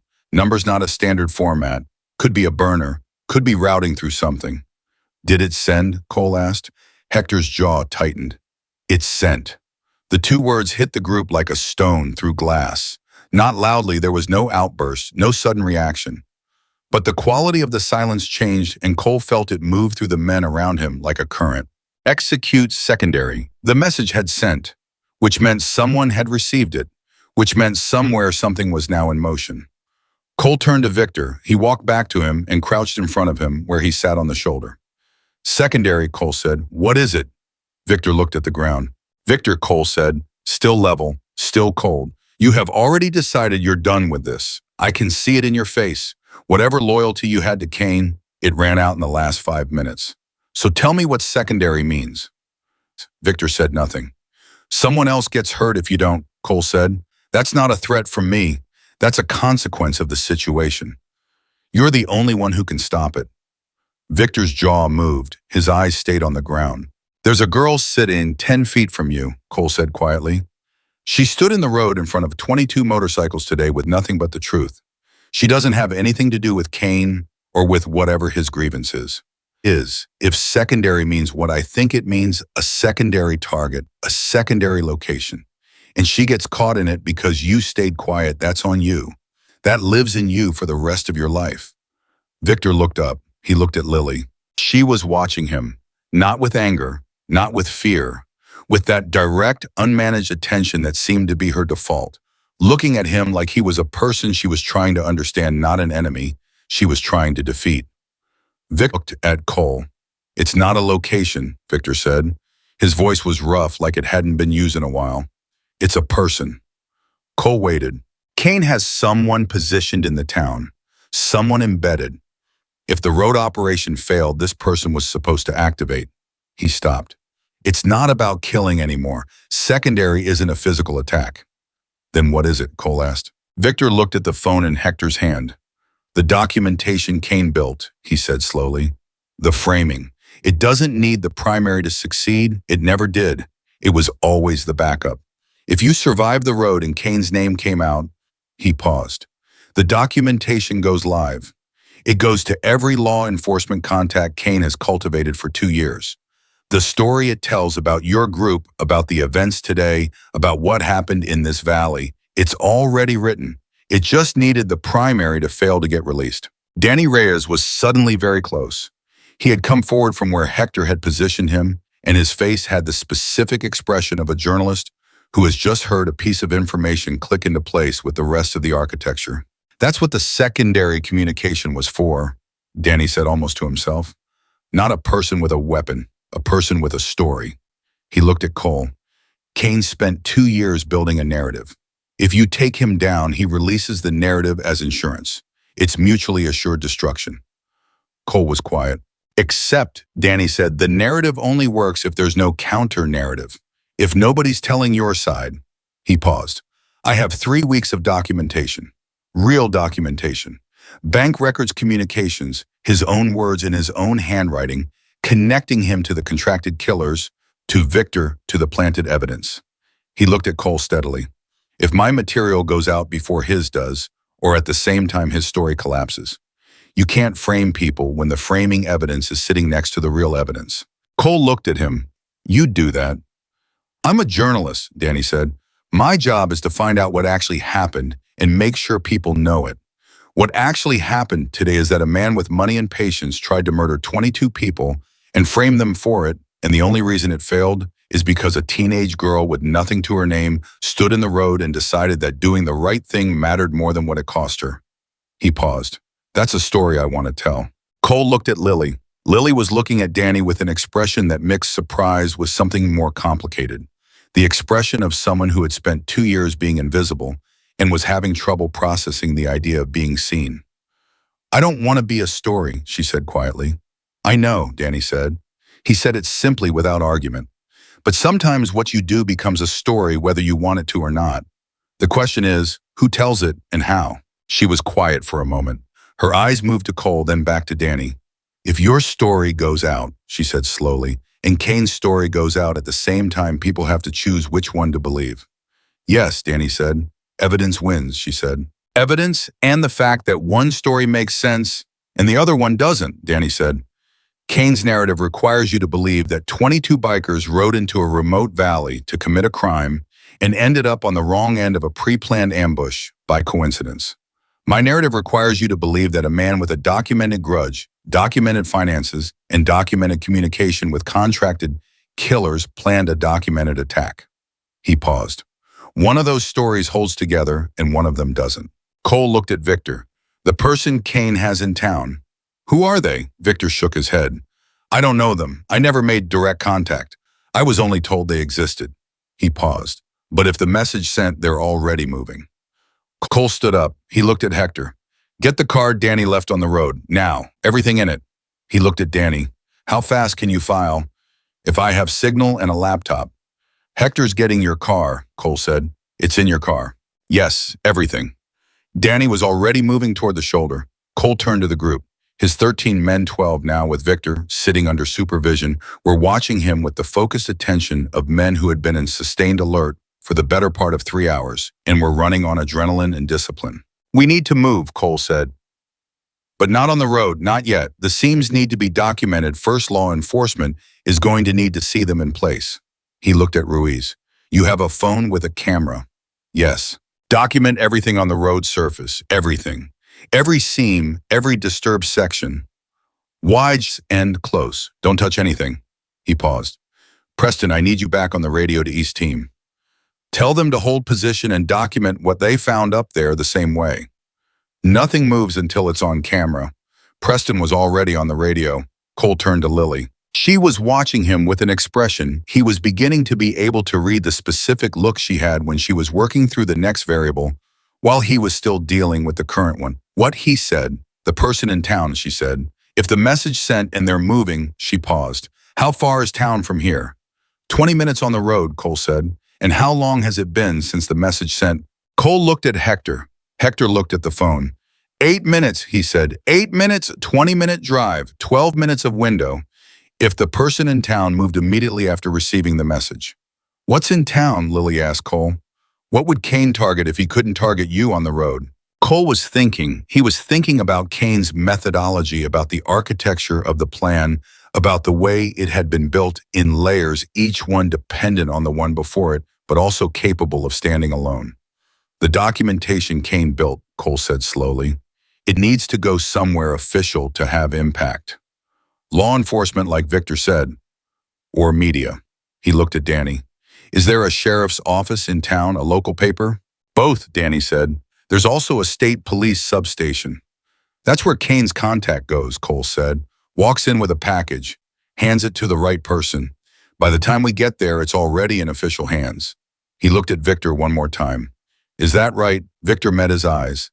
He looked tired, truly tired, the exhaustion of a man who has been living inside a lie for 3 years and has just set it down. Yes, he said, that's where they'd go.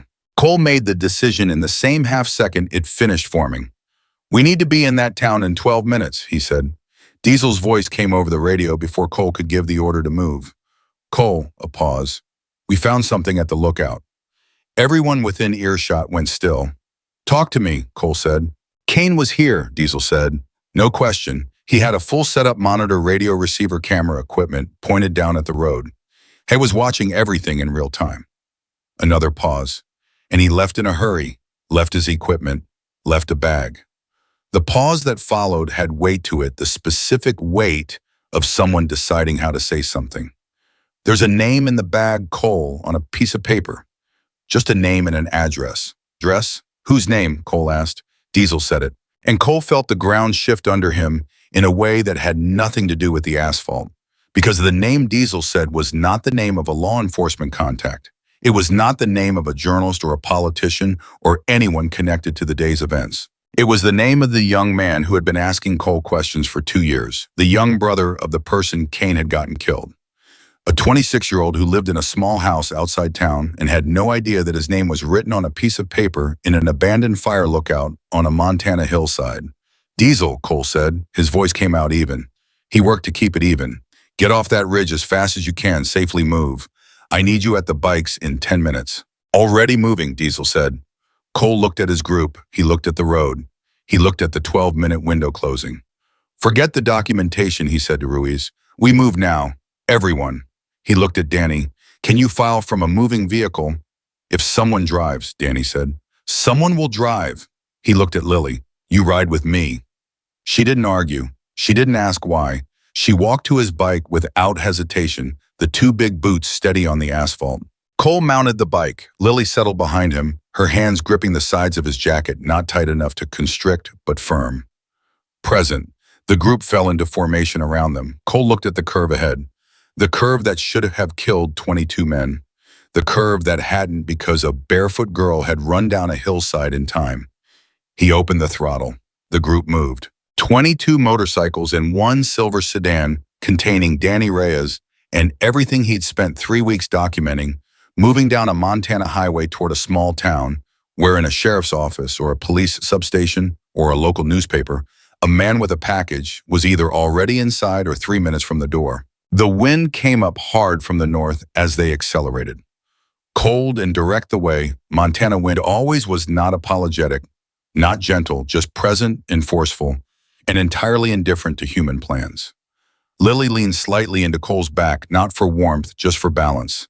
He felt her steady herself, felt the moment she settled her weight and committed to the speed. He pushed the bike harder. Behind him, 21 engines answered. They rode. And on the highway behind them, untouched and documented, and waiting for the law enforcement teams that Hector had already called the seams in the asphalt, sat under the flattening afternoon light, evidence of a plan that had been years in the building and a single barefoot girl in the unmaking. But the plan was not fully unmade yet. Kane's name was in the wind and his contact was in motion.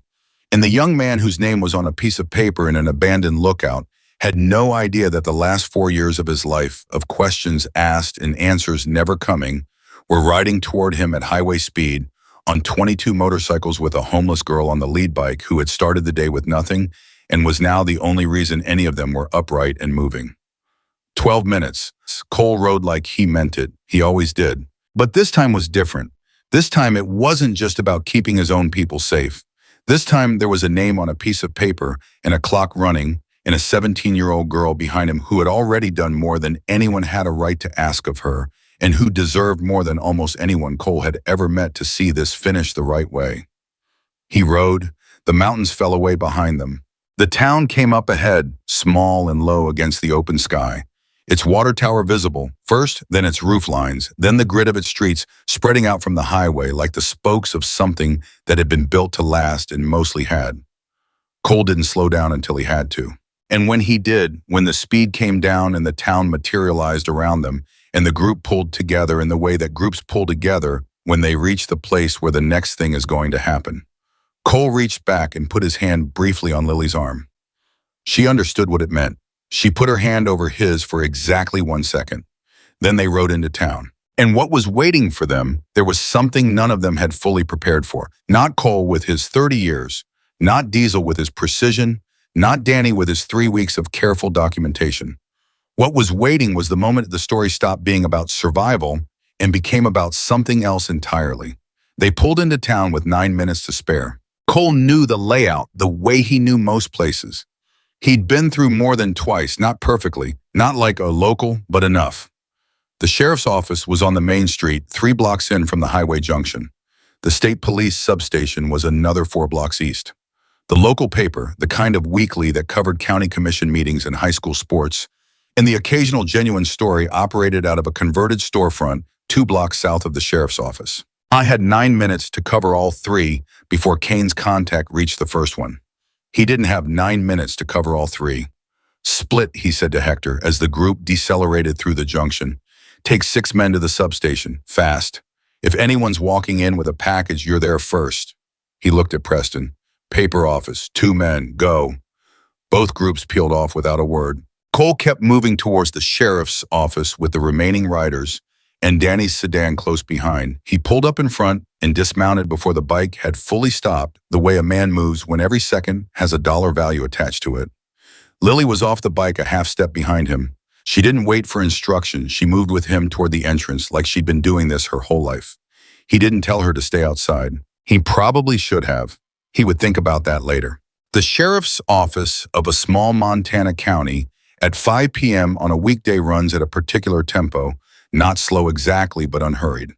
The kind of institutional pace that comes from dealing mostly with predictable problems in a predictable order. Cole walked through the front door and immediately read the room one deputy at the front desk, young, maybe 25, with the look of someone whose most significant event of the day had been a fender bender on Route 12. A second deputy visible through an interior window working at a desk. The sheriff's private office door closed. The young deputy looked up. He saw Cole. Then he saw the group of Hell's Angels riders filing into a waiting room built for 6 people.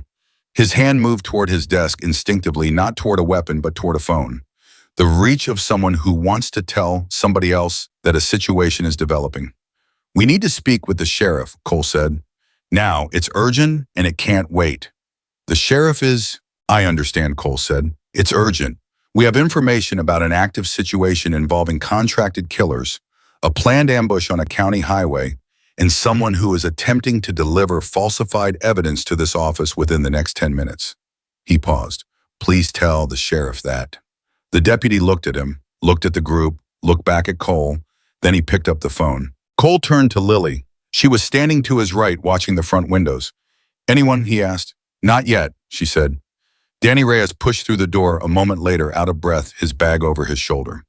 "I pulled what I need from the car," he said. "Everything relevant to Kane's documented plan.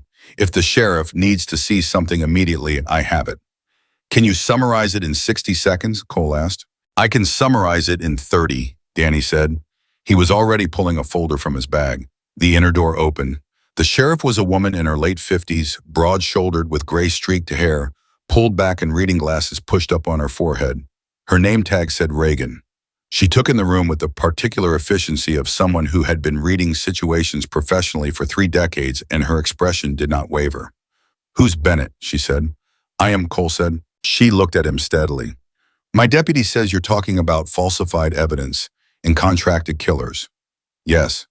"In that order or the other way around?" "The killers came first," Cole said, "and the evidence was designed to explain away what happened to us after." She was quiet for a moment. Then she said, "Come inside, just you and the one with the bag."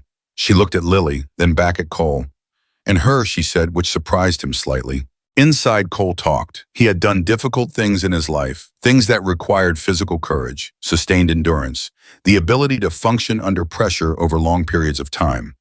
But the particular difficulty of taking a complex, multi-layered situation and compressing it into a clear, credible narrative for a skeptical law enforcement officer in a limited time window was its own specific challenge. He did it in 4 minutes. Danny supplemented with documentation. The bank records, the communications, the photographs, the recording.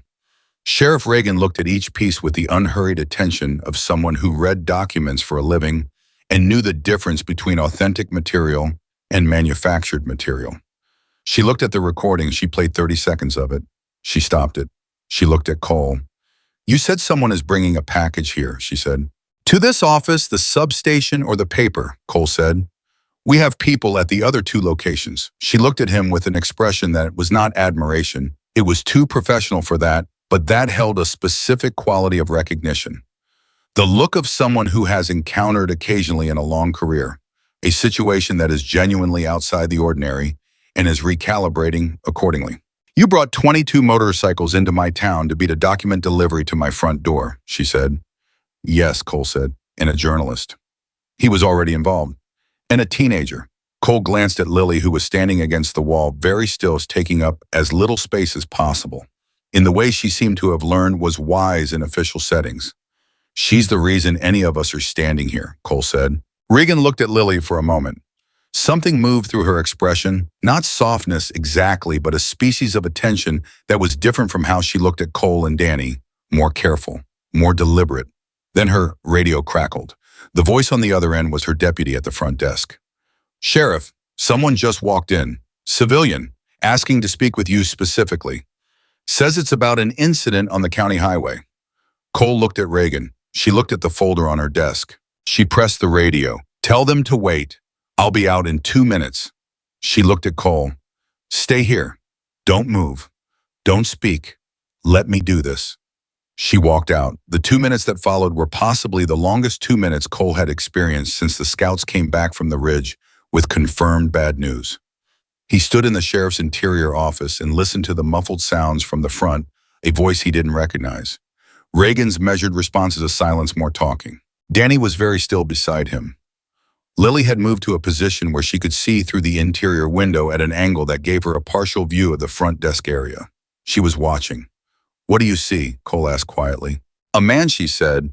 "Late 40s, I think, civilian clothes. He's holding an envelope, a large one, brown thick. He's talking to Reagan." She paused. "She's not taking the envelope."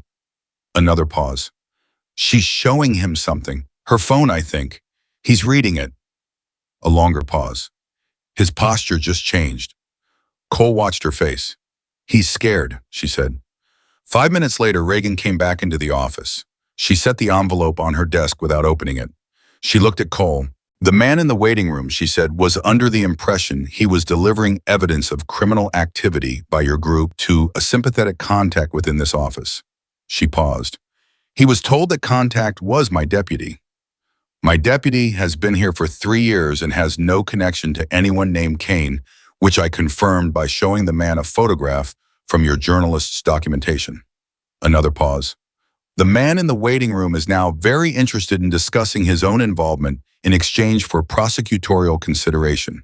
Cole let out a breath, not the deep exhale of someone who had been holding it for a few seconds, the exhale of someone who had been holding something for several hours, or in some ways for 4 years, and was only now fully setting it down. Reagan looked at him steadily. "I'm going to need full statements from everyone in your group," she said. "The documentation on the highway needs to be processed by the bomb squad before anyone touches it. And I'm going to need someone to explain to me where Richard Kane currently is, because based on what you've given me, I have enough to—" Her radio crackled again. She picked it up. Cole watched her face as she listened. He saw the moment something arrived in her expression. Not alarm, but the particular focused attention of someone receiving significant information.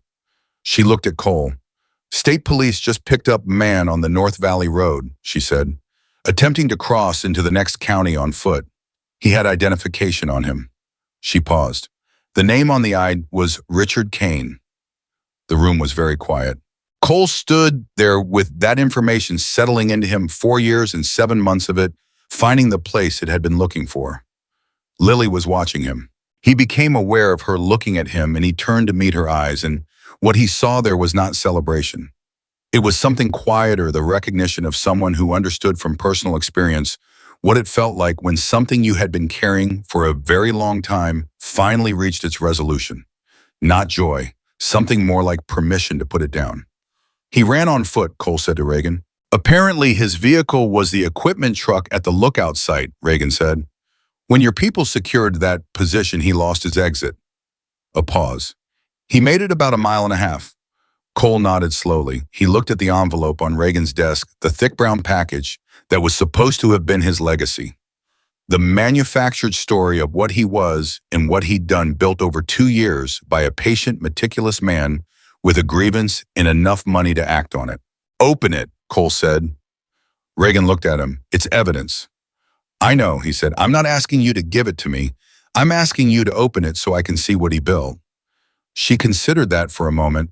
Then she put on a pair of gloves from her desk drawer and opened the envelope.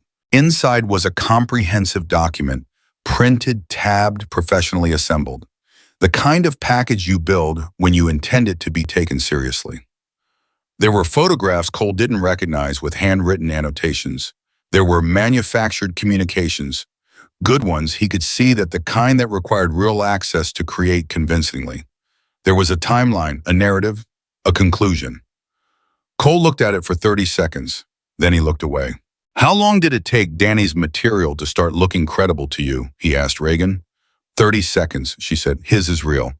The dates in Kane's package have inconsistencies that a review will find. Real material doesn't have inconsistencies. Fabricated material always does, because fabricators have to fill in what they don't know, and what they fill in is never quite right." She closed the envelope. "You're going to be all right," she told Cole. Not warmly, it wasn't her register, but with the specific certainty of someone who was not in the habit of saying things they didn't mean. Cole nodded. He looked at Lily. She was leaning very slightly against the wall, and he noticed for the first time in hours that she was exhausted. The kind of tired that comes after sustained alertness finally relaxes when the body, which has been running on the compressed fuel of necessity and adrenaline, finally receives the message that it can stop. Her shoulders had dropped an inch. Her jaw was slightly unclenched. She was still watching, still present, but the quality of her attention had shifted from operational to something more human. She was a 17-year-old girl who had been running barefoot on a rocky hillside 11 hours ago and hadn't stopped since. Cole walked over to her. She looked up at him. "It's over," he said. She looked at him for a moment, really looked the way she looked at everything with that direct and unmanaged quality. "For you," she said quietly. "For Kane, for Victor." She paused. "What about me?" Cole held her gaze. He understood the question. She wasn't asking about the situation on the highway or Kane or any of the operational details that had consumed the last several hours. She was asking about tomorrow.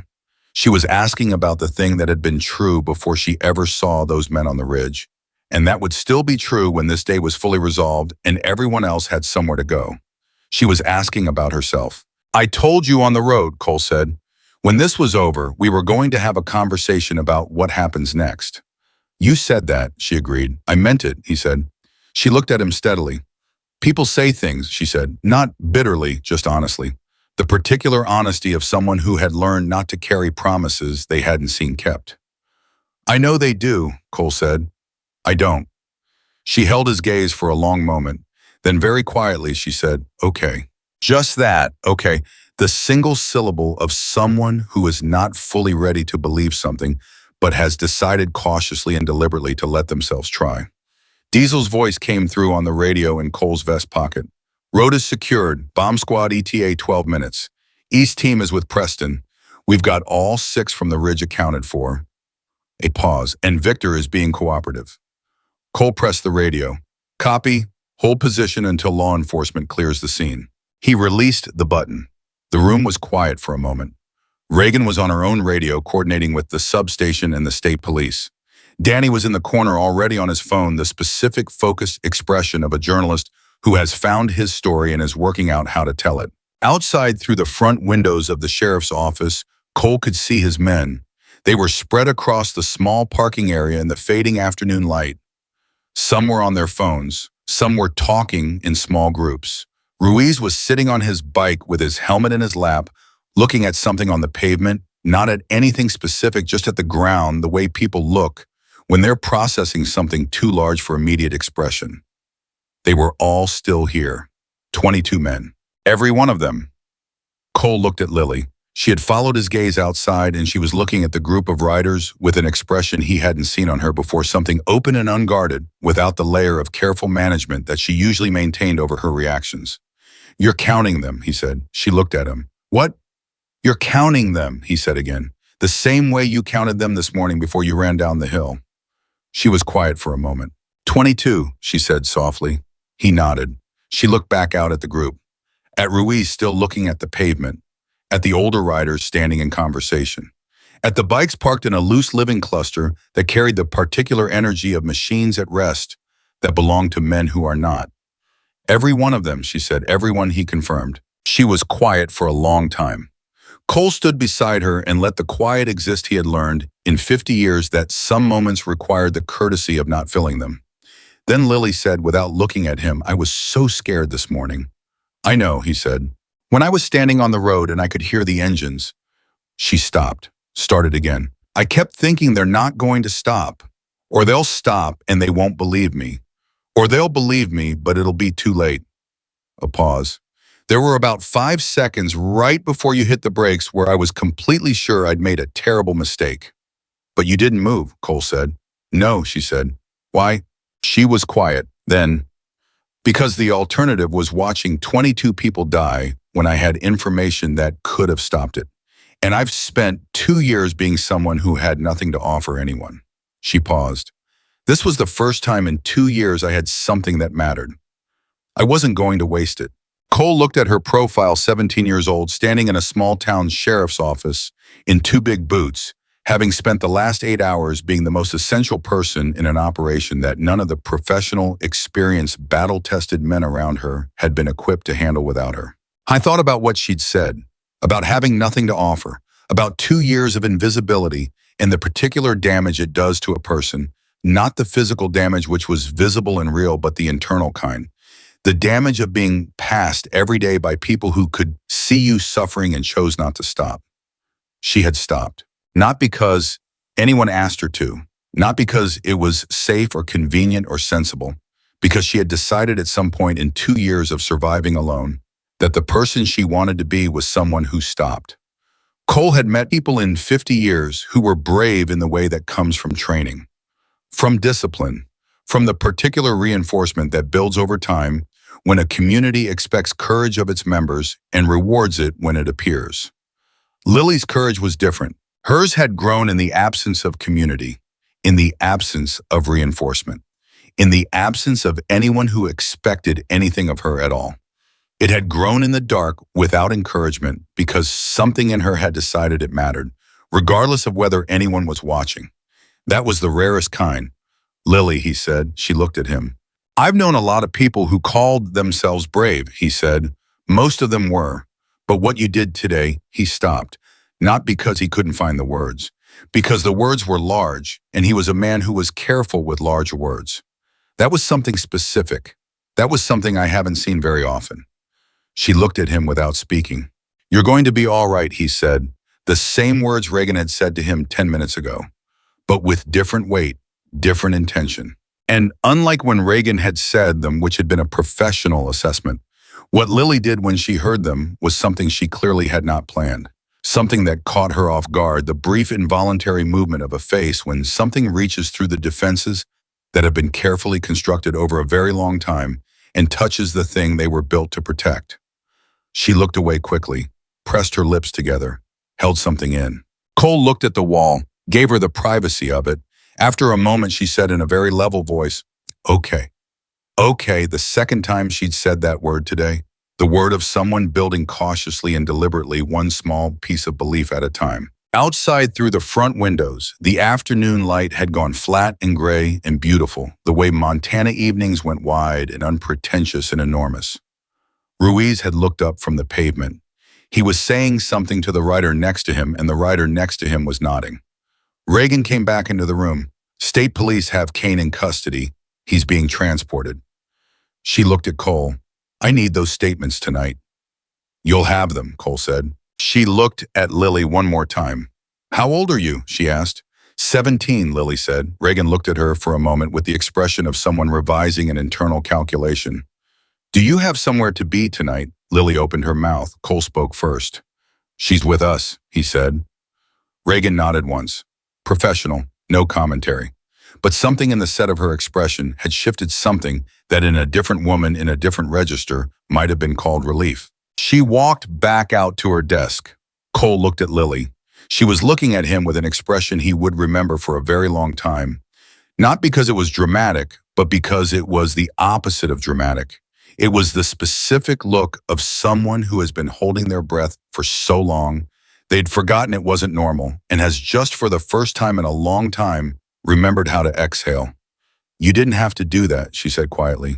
I know, he said. I'm not your responsibility, she said. No, he agreed, but I'm going to be your problem for a while anyway, if that's all right with you.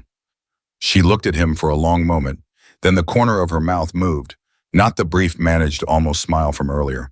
Something fuller, something real. That's all right with me, she said. Outside, the day was ending. Kane was in custody, the road was secured, the documentation was in the right hands, and the manufactured story that was supposed to replace the truth had arrived at a sheriff's office 30 seconds too late and been immediately recognized for what it was.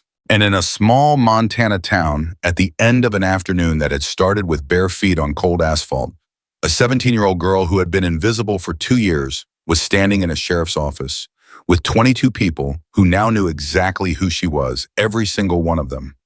The statements took until 9 o'clock that night.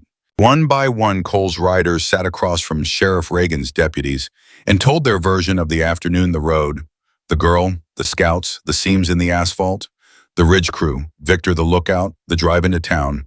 22 separate accounts that matched each other in every material detail because 22 men had lived the same afternoon, and the truth doesn't require coordination. Danny Races gave his statement separately in a different room with his documentation spread across a table, and a state police detective who had driven in from the county seat asking careful, methodical questions. He answered every one of them. He held nothing back. He had come to Montana to expose a story, and the story had exceeded anything he'd planned for, and he was going to tell all of it accurately and without omission, because that was the only version of journalism he knew how to practice. Lily gave her statement last. A female deputy named Torres conducted it. Reagan's choice, Cole suspected, made deliberately and with the specific thoughtfulness of a woman who understood what it meant to put a 17-year-old in a room with the wrong person at the end of a day like this one. Torres was quiet, patient, and asked her questions in the order that made the most sense rather than the order that was most efficient, which was a different thing. Cole waited outside. He sat on a bench in the corridor and did something he almost never did in the middle of a situation. He let himself be still. Not planning, not assessing, not reading the room or calculating variables. Just still, letting the afternoon settle into its proper place in his memory, which it would take time to do correctly, because days like this one required distance before they could be fully understood. Ruiz sat down beside him after a while. "You okay?" Ruiz asked. Cole looked at him. "Yes," he said. Ruiz was quiet for a moment. "I keep thinking about her standing on the road," he said, "like I keep replaying it. The moment we came around that last stretch and she was just there, in the road, not moving." "I know," Cole said. She didn't look like someone who was trying to be brave," Ruiz said slowly. "She looked like someone who was terrified and doing it anyway because there wasn't another option she could live with." Cole looked at him.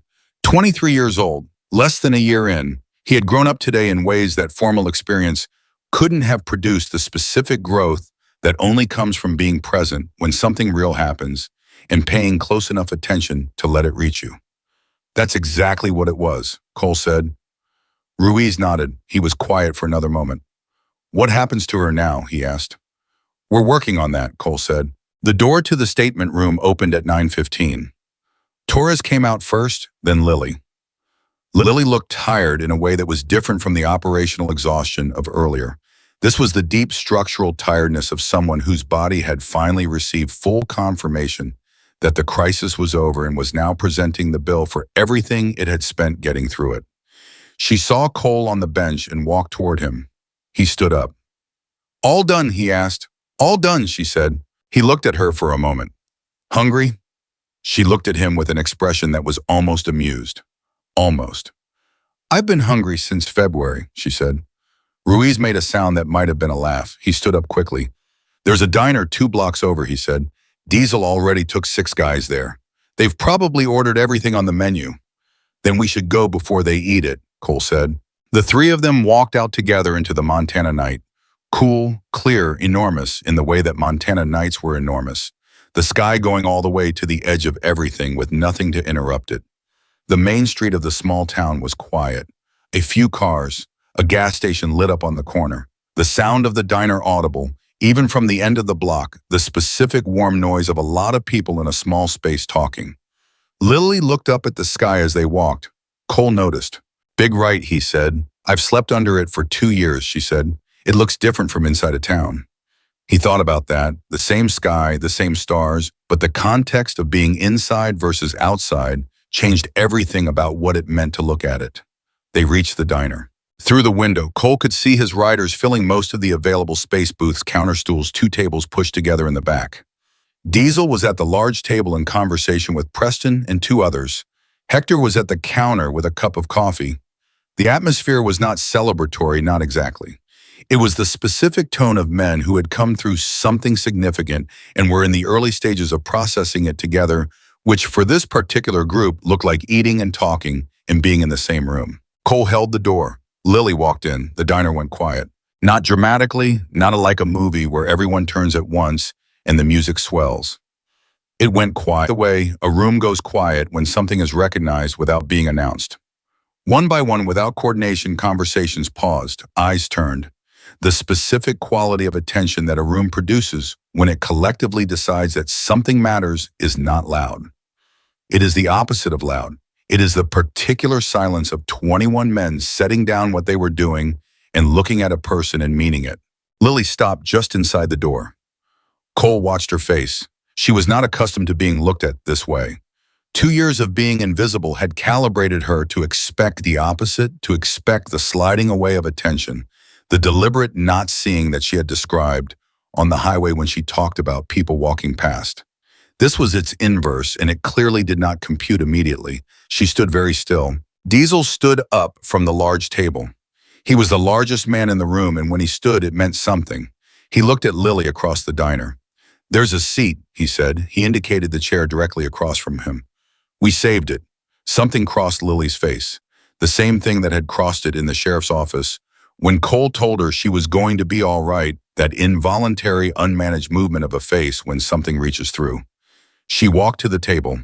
She sat down, and 21 men, one by one, went back to their conversations, but the conversations had changed. They were quieter, more deliberate.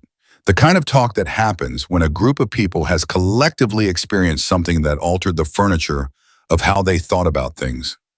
Ruiz sat beside Lily. He didn't make a production of it. He just sat there, which was exactly the right thing. Cole sat across from Diesel. Diesel looked at him. "Kane is being processed at county," he said. "State police has him. The 6 from the Ridge are in custody. Victor is cooperating." He paused. "It's done." Cole nodded. "How are you?" Diesel asked. The question from Diesel, who was not in the habit of asking it, who had a general policy of treating emotional states as private matters, had a specific weight. Cole looked at him. "I'll tell you in a few days," Cole said. Diesel nodded. That was an acceptable answer. He looked at Lily, who was reading the menu with the focused attention of someone for whom every item on it represented a genuine decision. "She did something today that I'm going to be thinking about for a long time," he said quietly. "So will I," Cole said. "I was wrong about her," Diesel said. He had said this once already on the highway, and he was saying it again, not because he needed to repeat it, but because it was the kind of thing that deserved to be said more than once. "You were," Cole agreed. "I'm going to be better about that," Diesel said. The words came out simple and direct without the specific self-consciousness that most men brought to admissions like this. Cole looked at him. "Okay," he said. They ate. The food arrived in waves, the diner kitchen working at full capacity to handle the unprecedented volume of this particular Friday night crowd. Lily ate with the same careful deliberateness she'd shown with the protein bar on the highway, but something had loosened in it. She was still careful, still attentive, but there was less of the hoarded quality, less of the eating that happens when a person can't trust. There will be more, like something in her had begun very tentatively to believe that more was a possibility. Ruiz talked to her about nothing important. The bike he was working on a road trip the group had taken the previous spring, small things. She responded in short sentences at first, then longer ones. Then she asked him a question and he answered it, and she asked another one. And before long they were in an actual conversation, the kind with momentum and natural breaks, in the occasional moment where both people talked at once and then both stopped and laughed. Cole watched this from across the table without appearing to watch it. Then Danny Reyes came in. He had been at the state police office filing supplementary statements and beginning the process of coordinating with his editor about the story. He came into the diner with the particular energy of a man who has been running on professional adrenaline for hours and is only now beginning to feel the edge of it. He saw Lily and came directly to this table. "I need to tell you something," he said. She looked at him. He sat down in the empty seat beside Cole. "My editor wants the story," he said. "Obviously, but I told him before we agreed on anything I needed to talk to you first." Lily looked at him steadily. "You said on the highway that sometimes things become stories whether you want them to or not." "Yes," Danny said.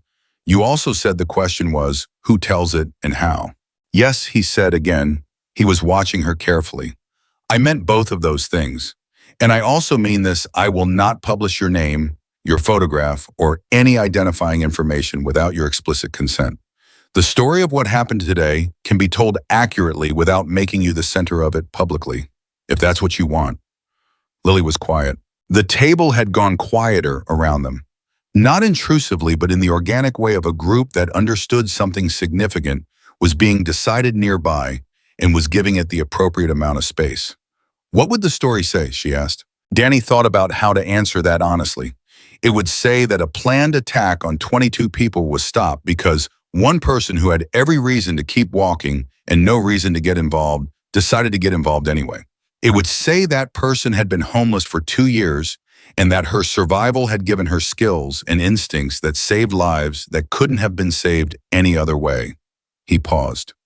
It would say that the people everyone assumes are dangerous were the ones who listened, and that the person everyone would have assumed was helpless was the one who changed the outcome. Lily looked at the table, then up at Danny, then at Cole. Cole said nothing. This was her decision, and he was going to let it be her decision completely. The people who walked past me, Lily said slowly, for 2 years, people who saw me and kept going. She paused. If the story says what you're describing, if people read it, do you think any of them will think about those moments differently? Danny looked at her. Yes, he said. I think some of them will. Not all of them, she said. No, he said honestly. Not all of them, but some. She was quiet for another long moment.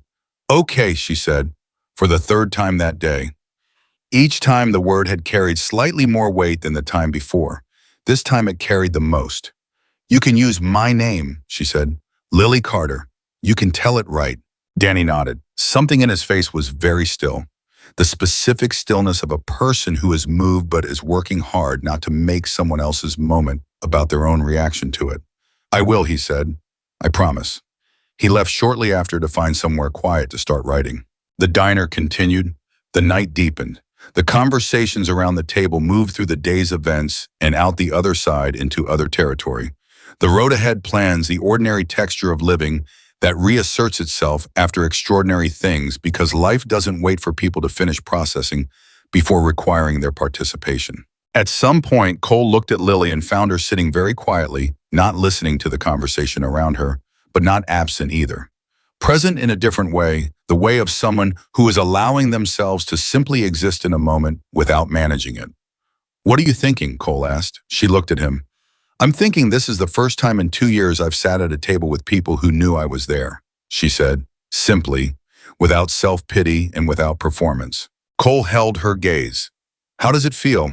She thought about it seriously the way she thought about everything. Strange, she said. Good strange. A pause. Like something I'd forgotten was possible. He nodded. Cole, she said. Yeah. What you said outside the sheriff's office about being my problem for a while. She looked at him. What does that actually mean practically? He had been thinking about this since the highway. He had been building it out in the background of everything else. The plan that wasn't operational, but was just as important as the ones that had been. It means, he said carefully, that we help you find a place to live that isn't the side of a mountain. It means we help you get back into school if that's something you want.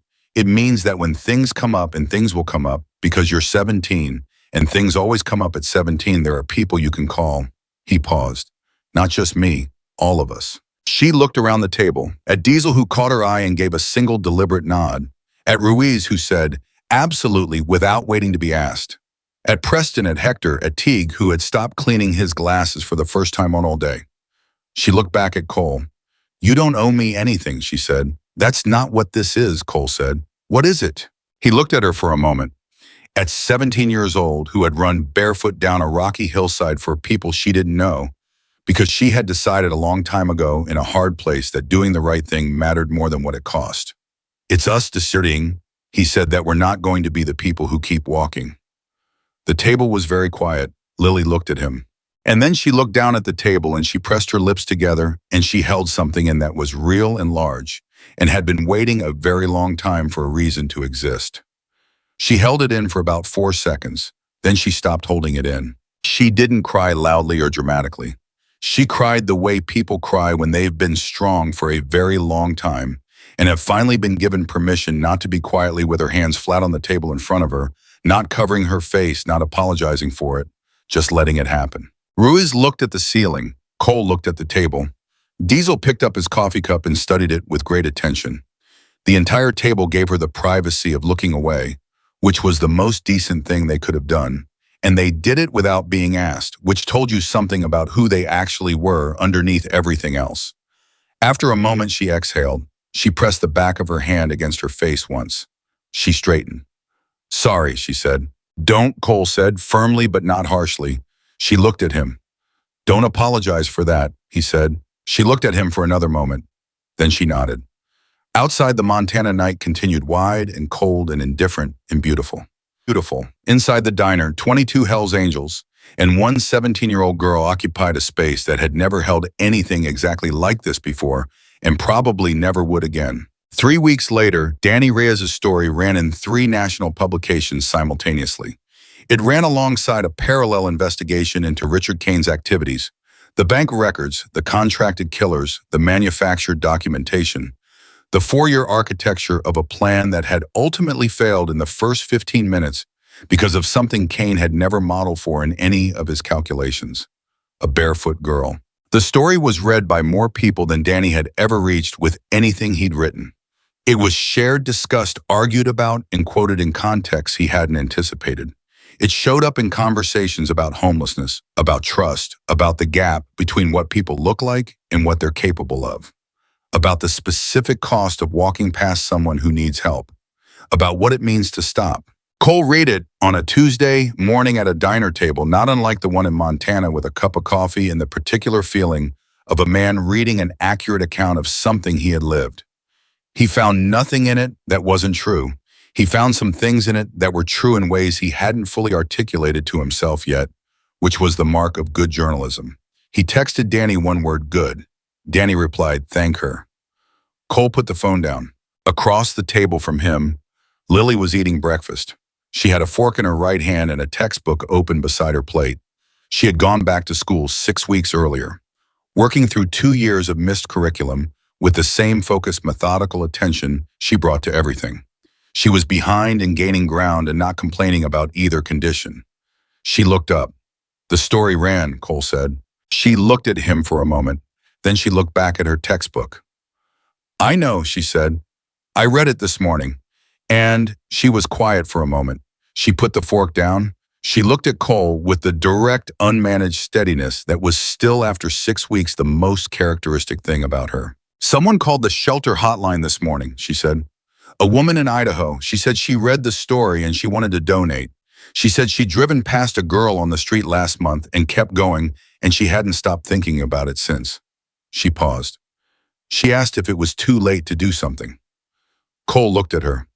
"What did you tell her?" he asked. Lily picked up her fork. She looked at the textbook. She looked at Cole. "I told her it's never too late to stop," she said. She went back to her reading. Cole drank his coffee. The morning continued around them, ordinary and warm, and full of the specific, unremarkable texture of a day that didn't require anyone to be extraordinary.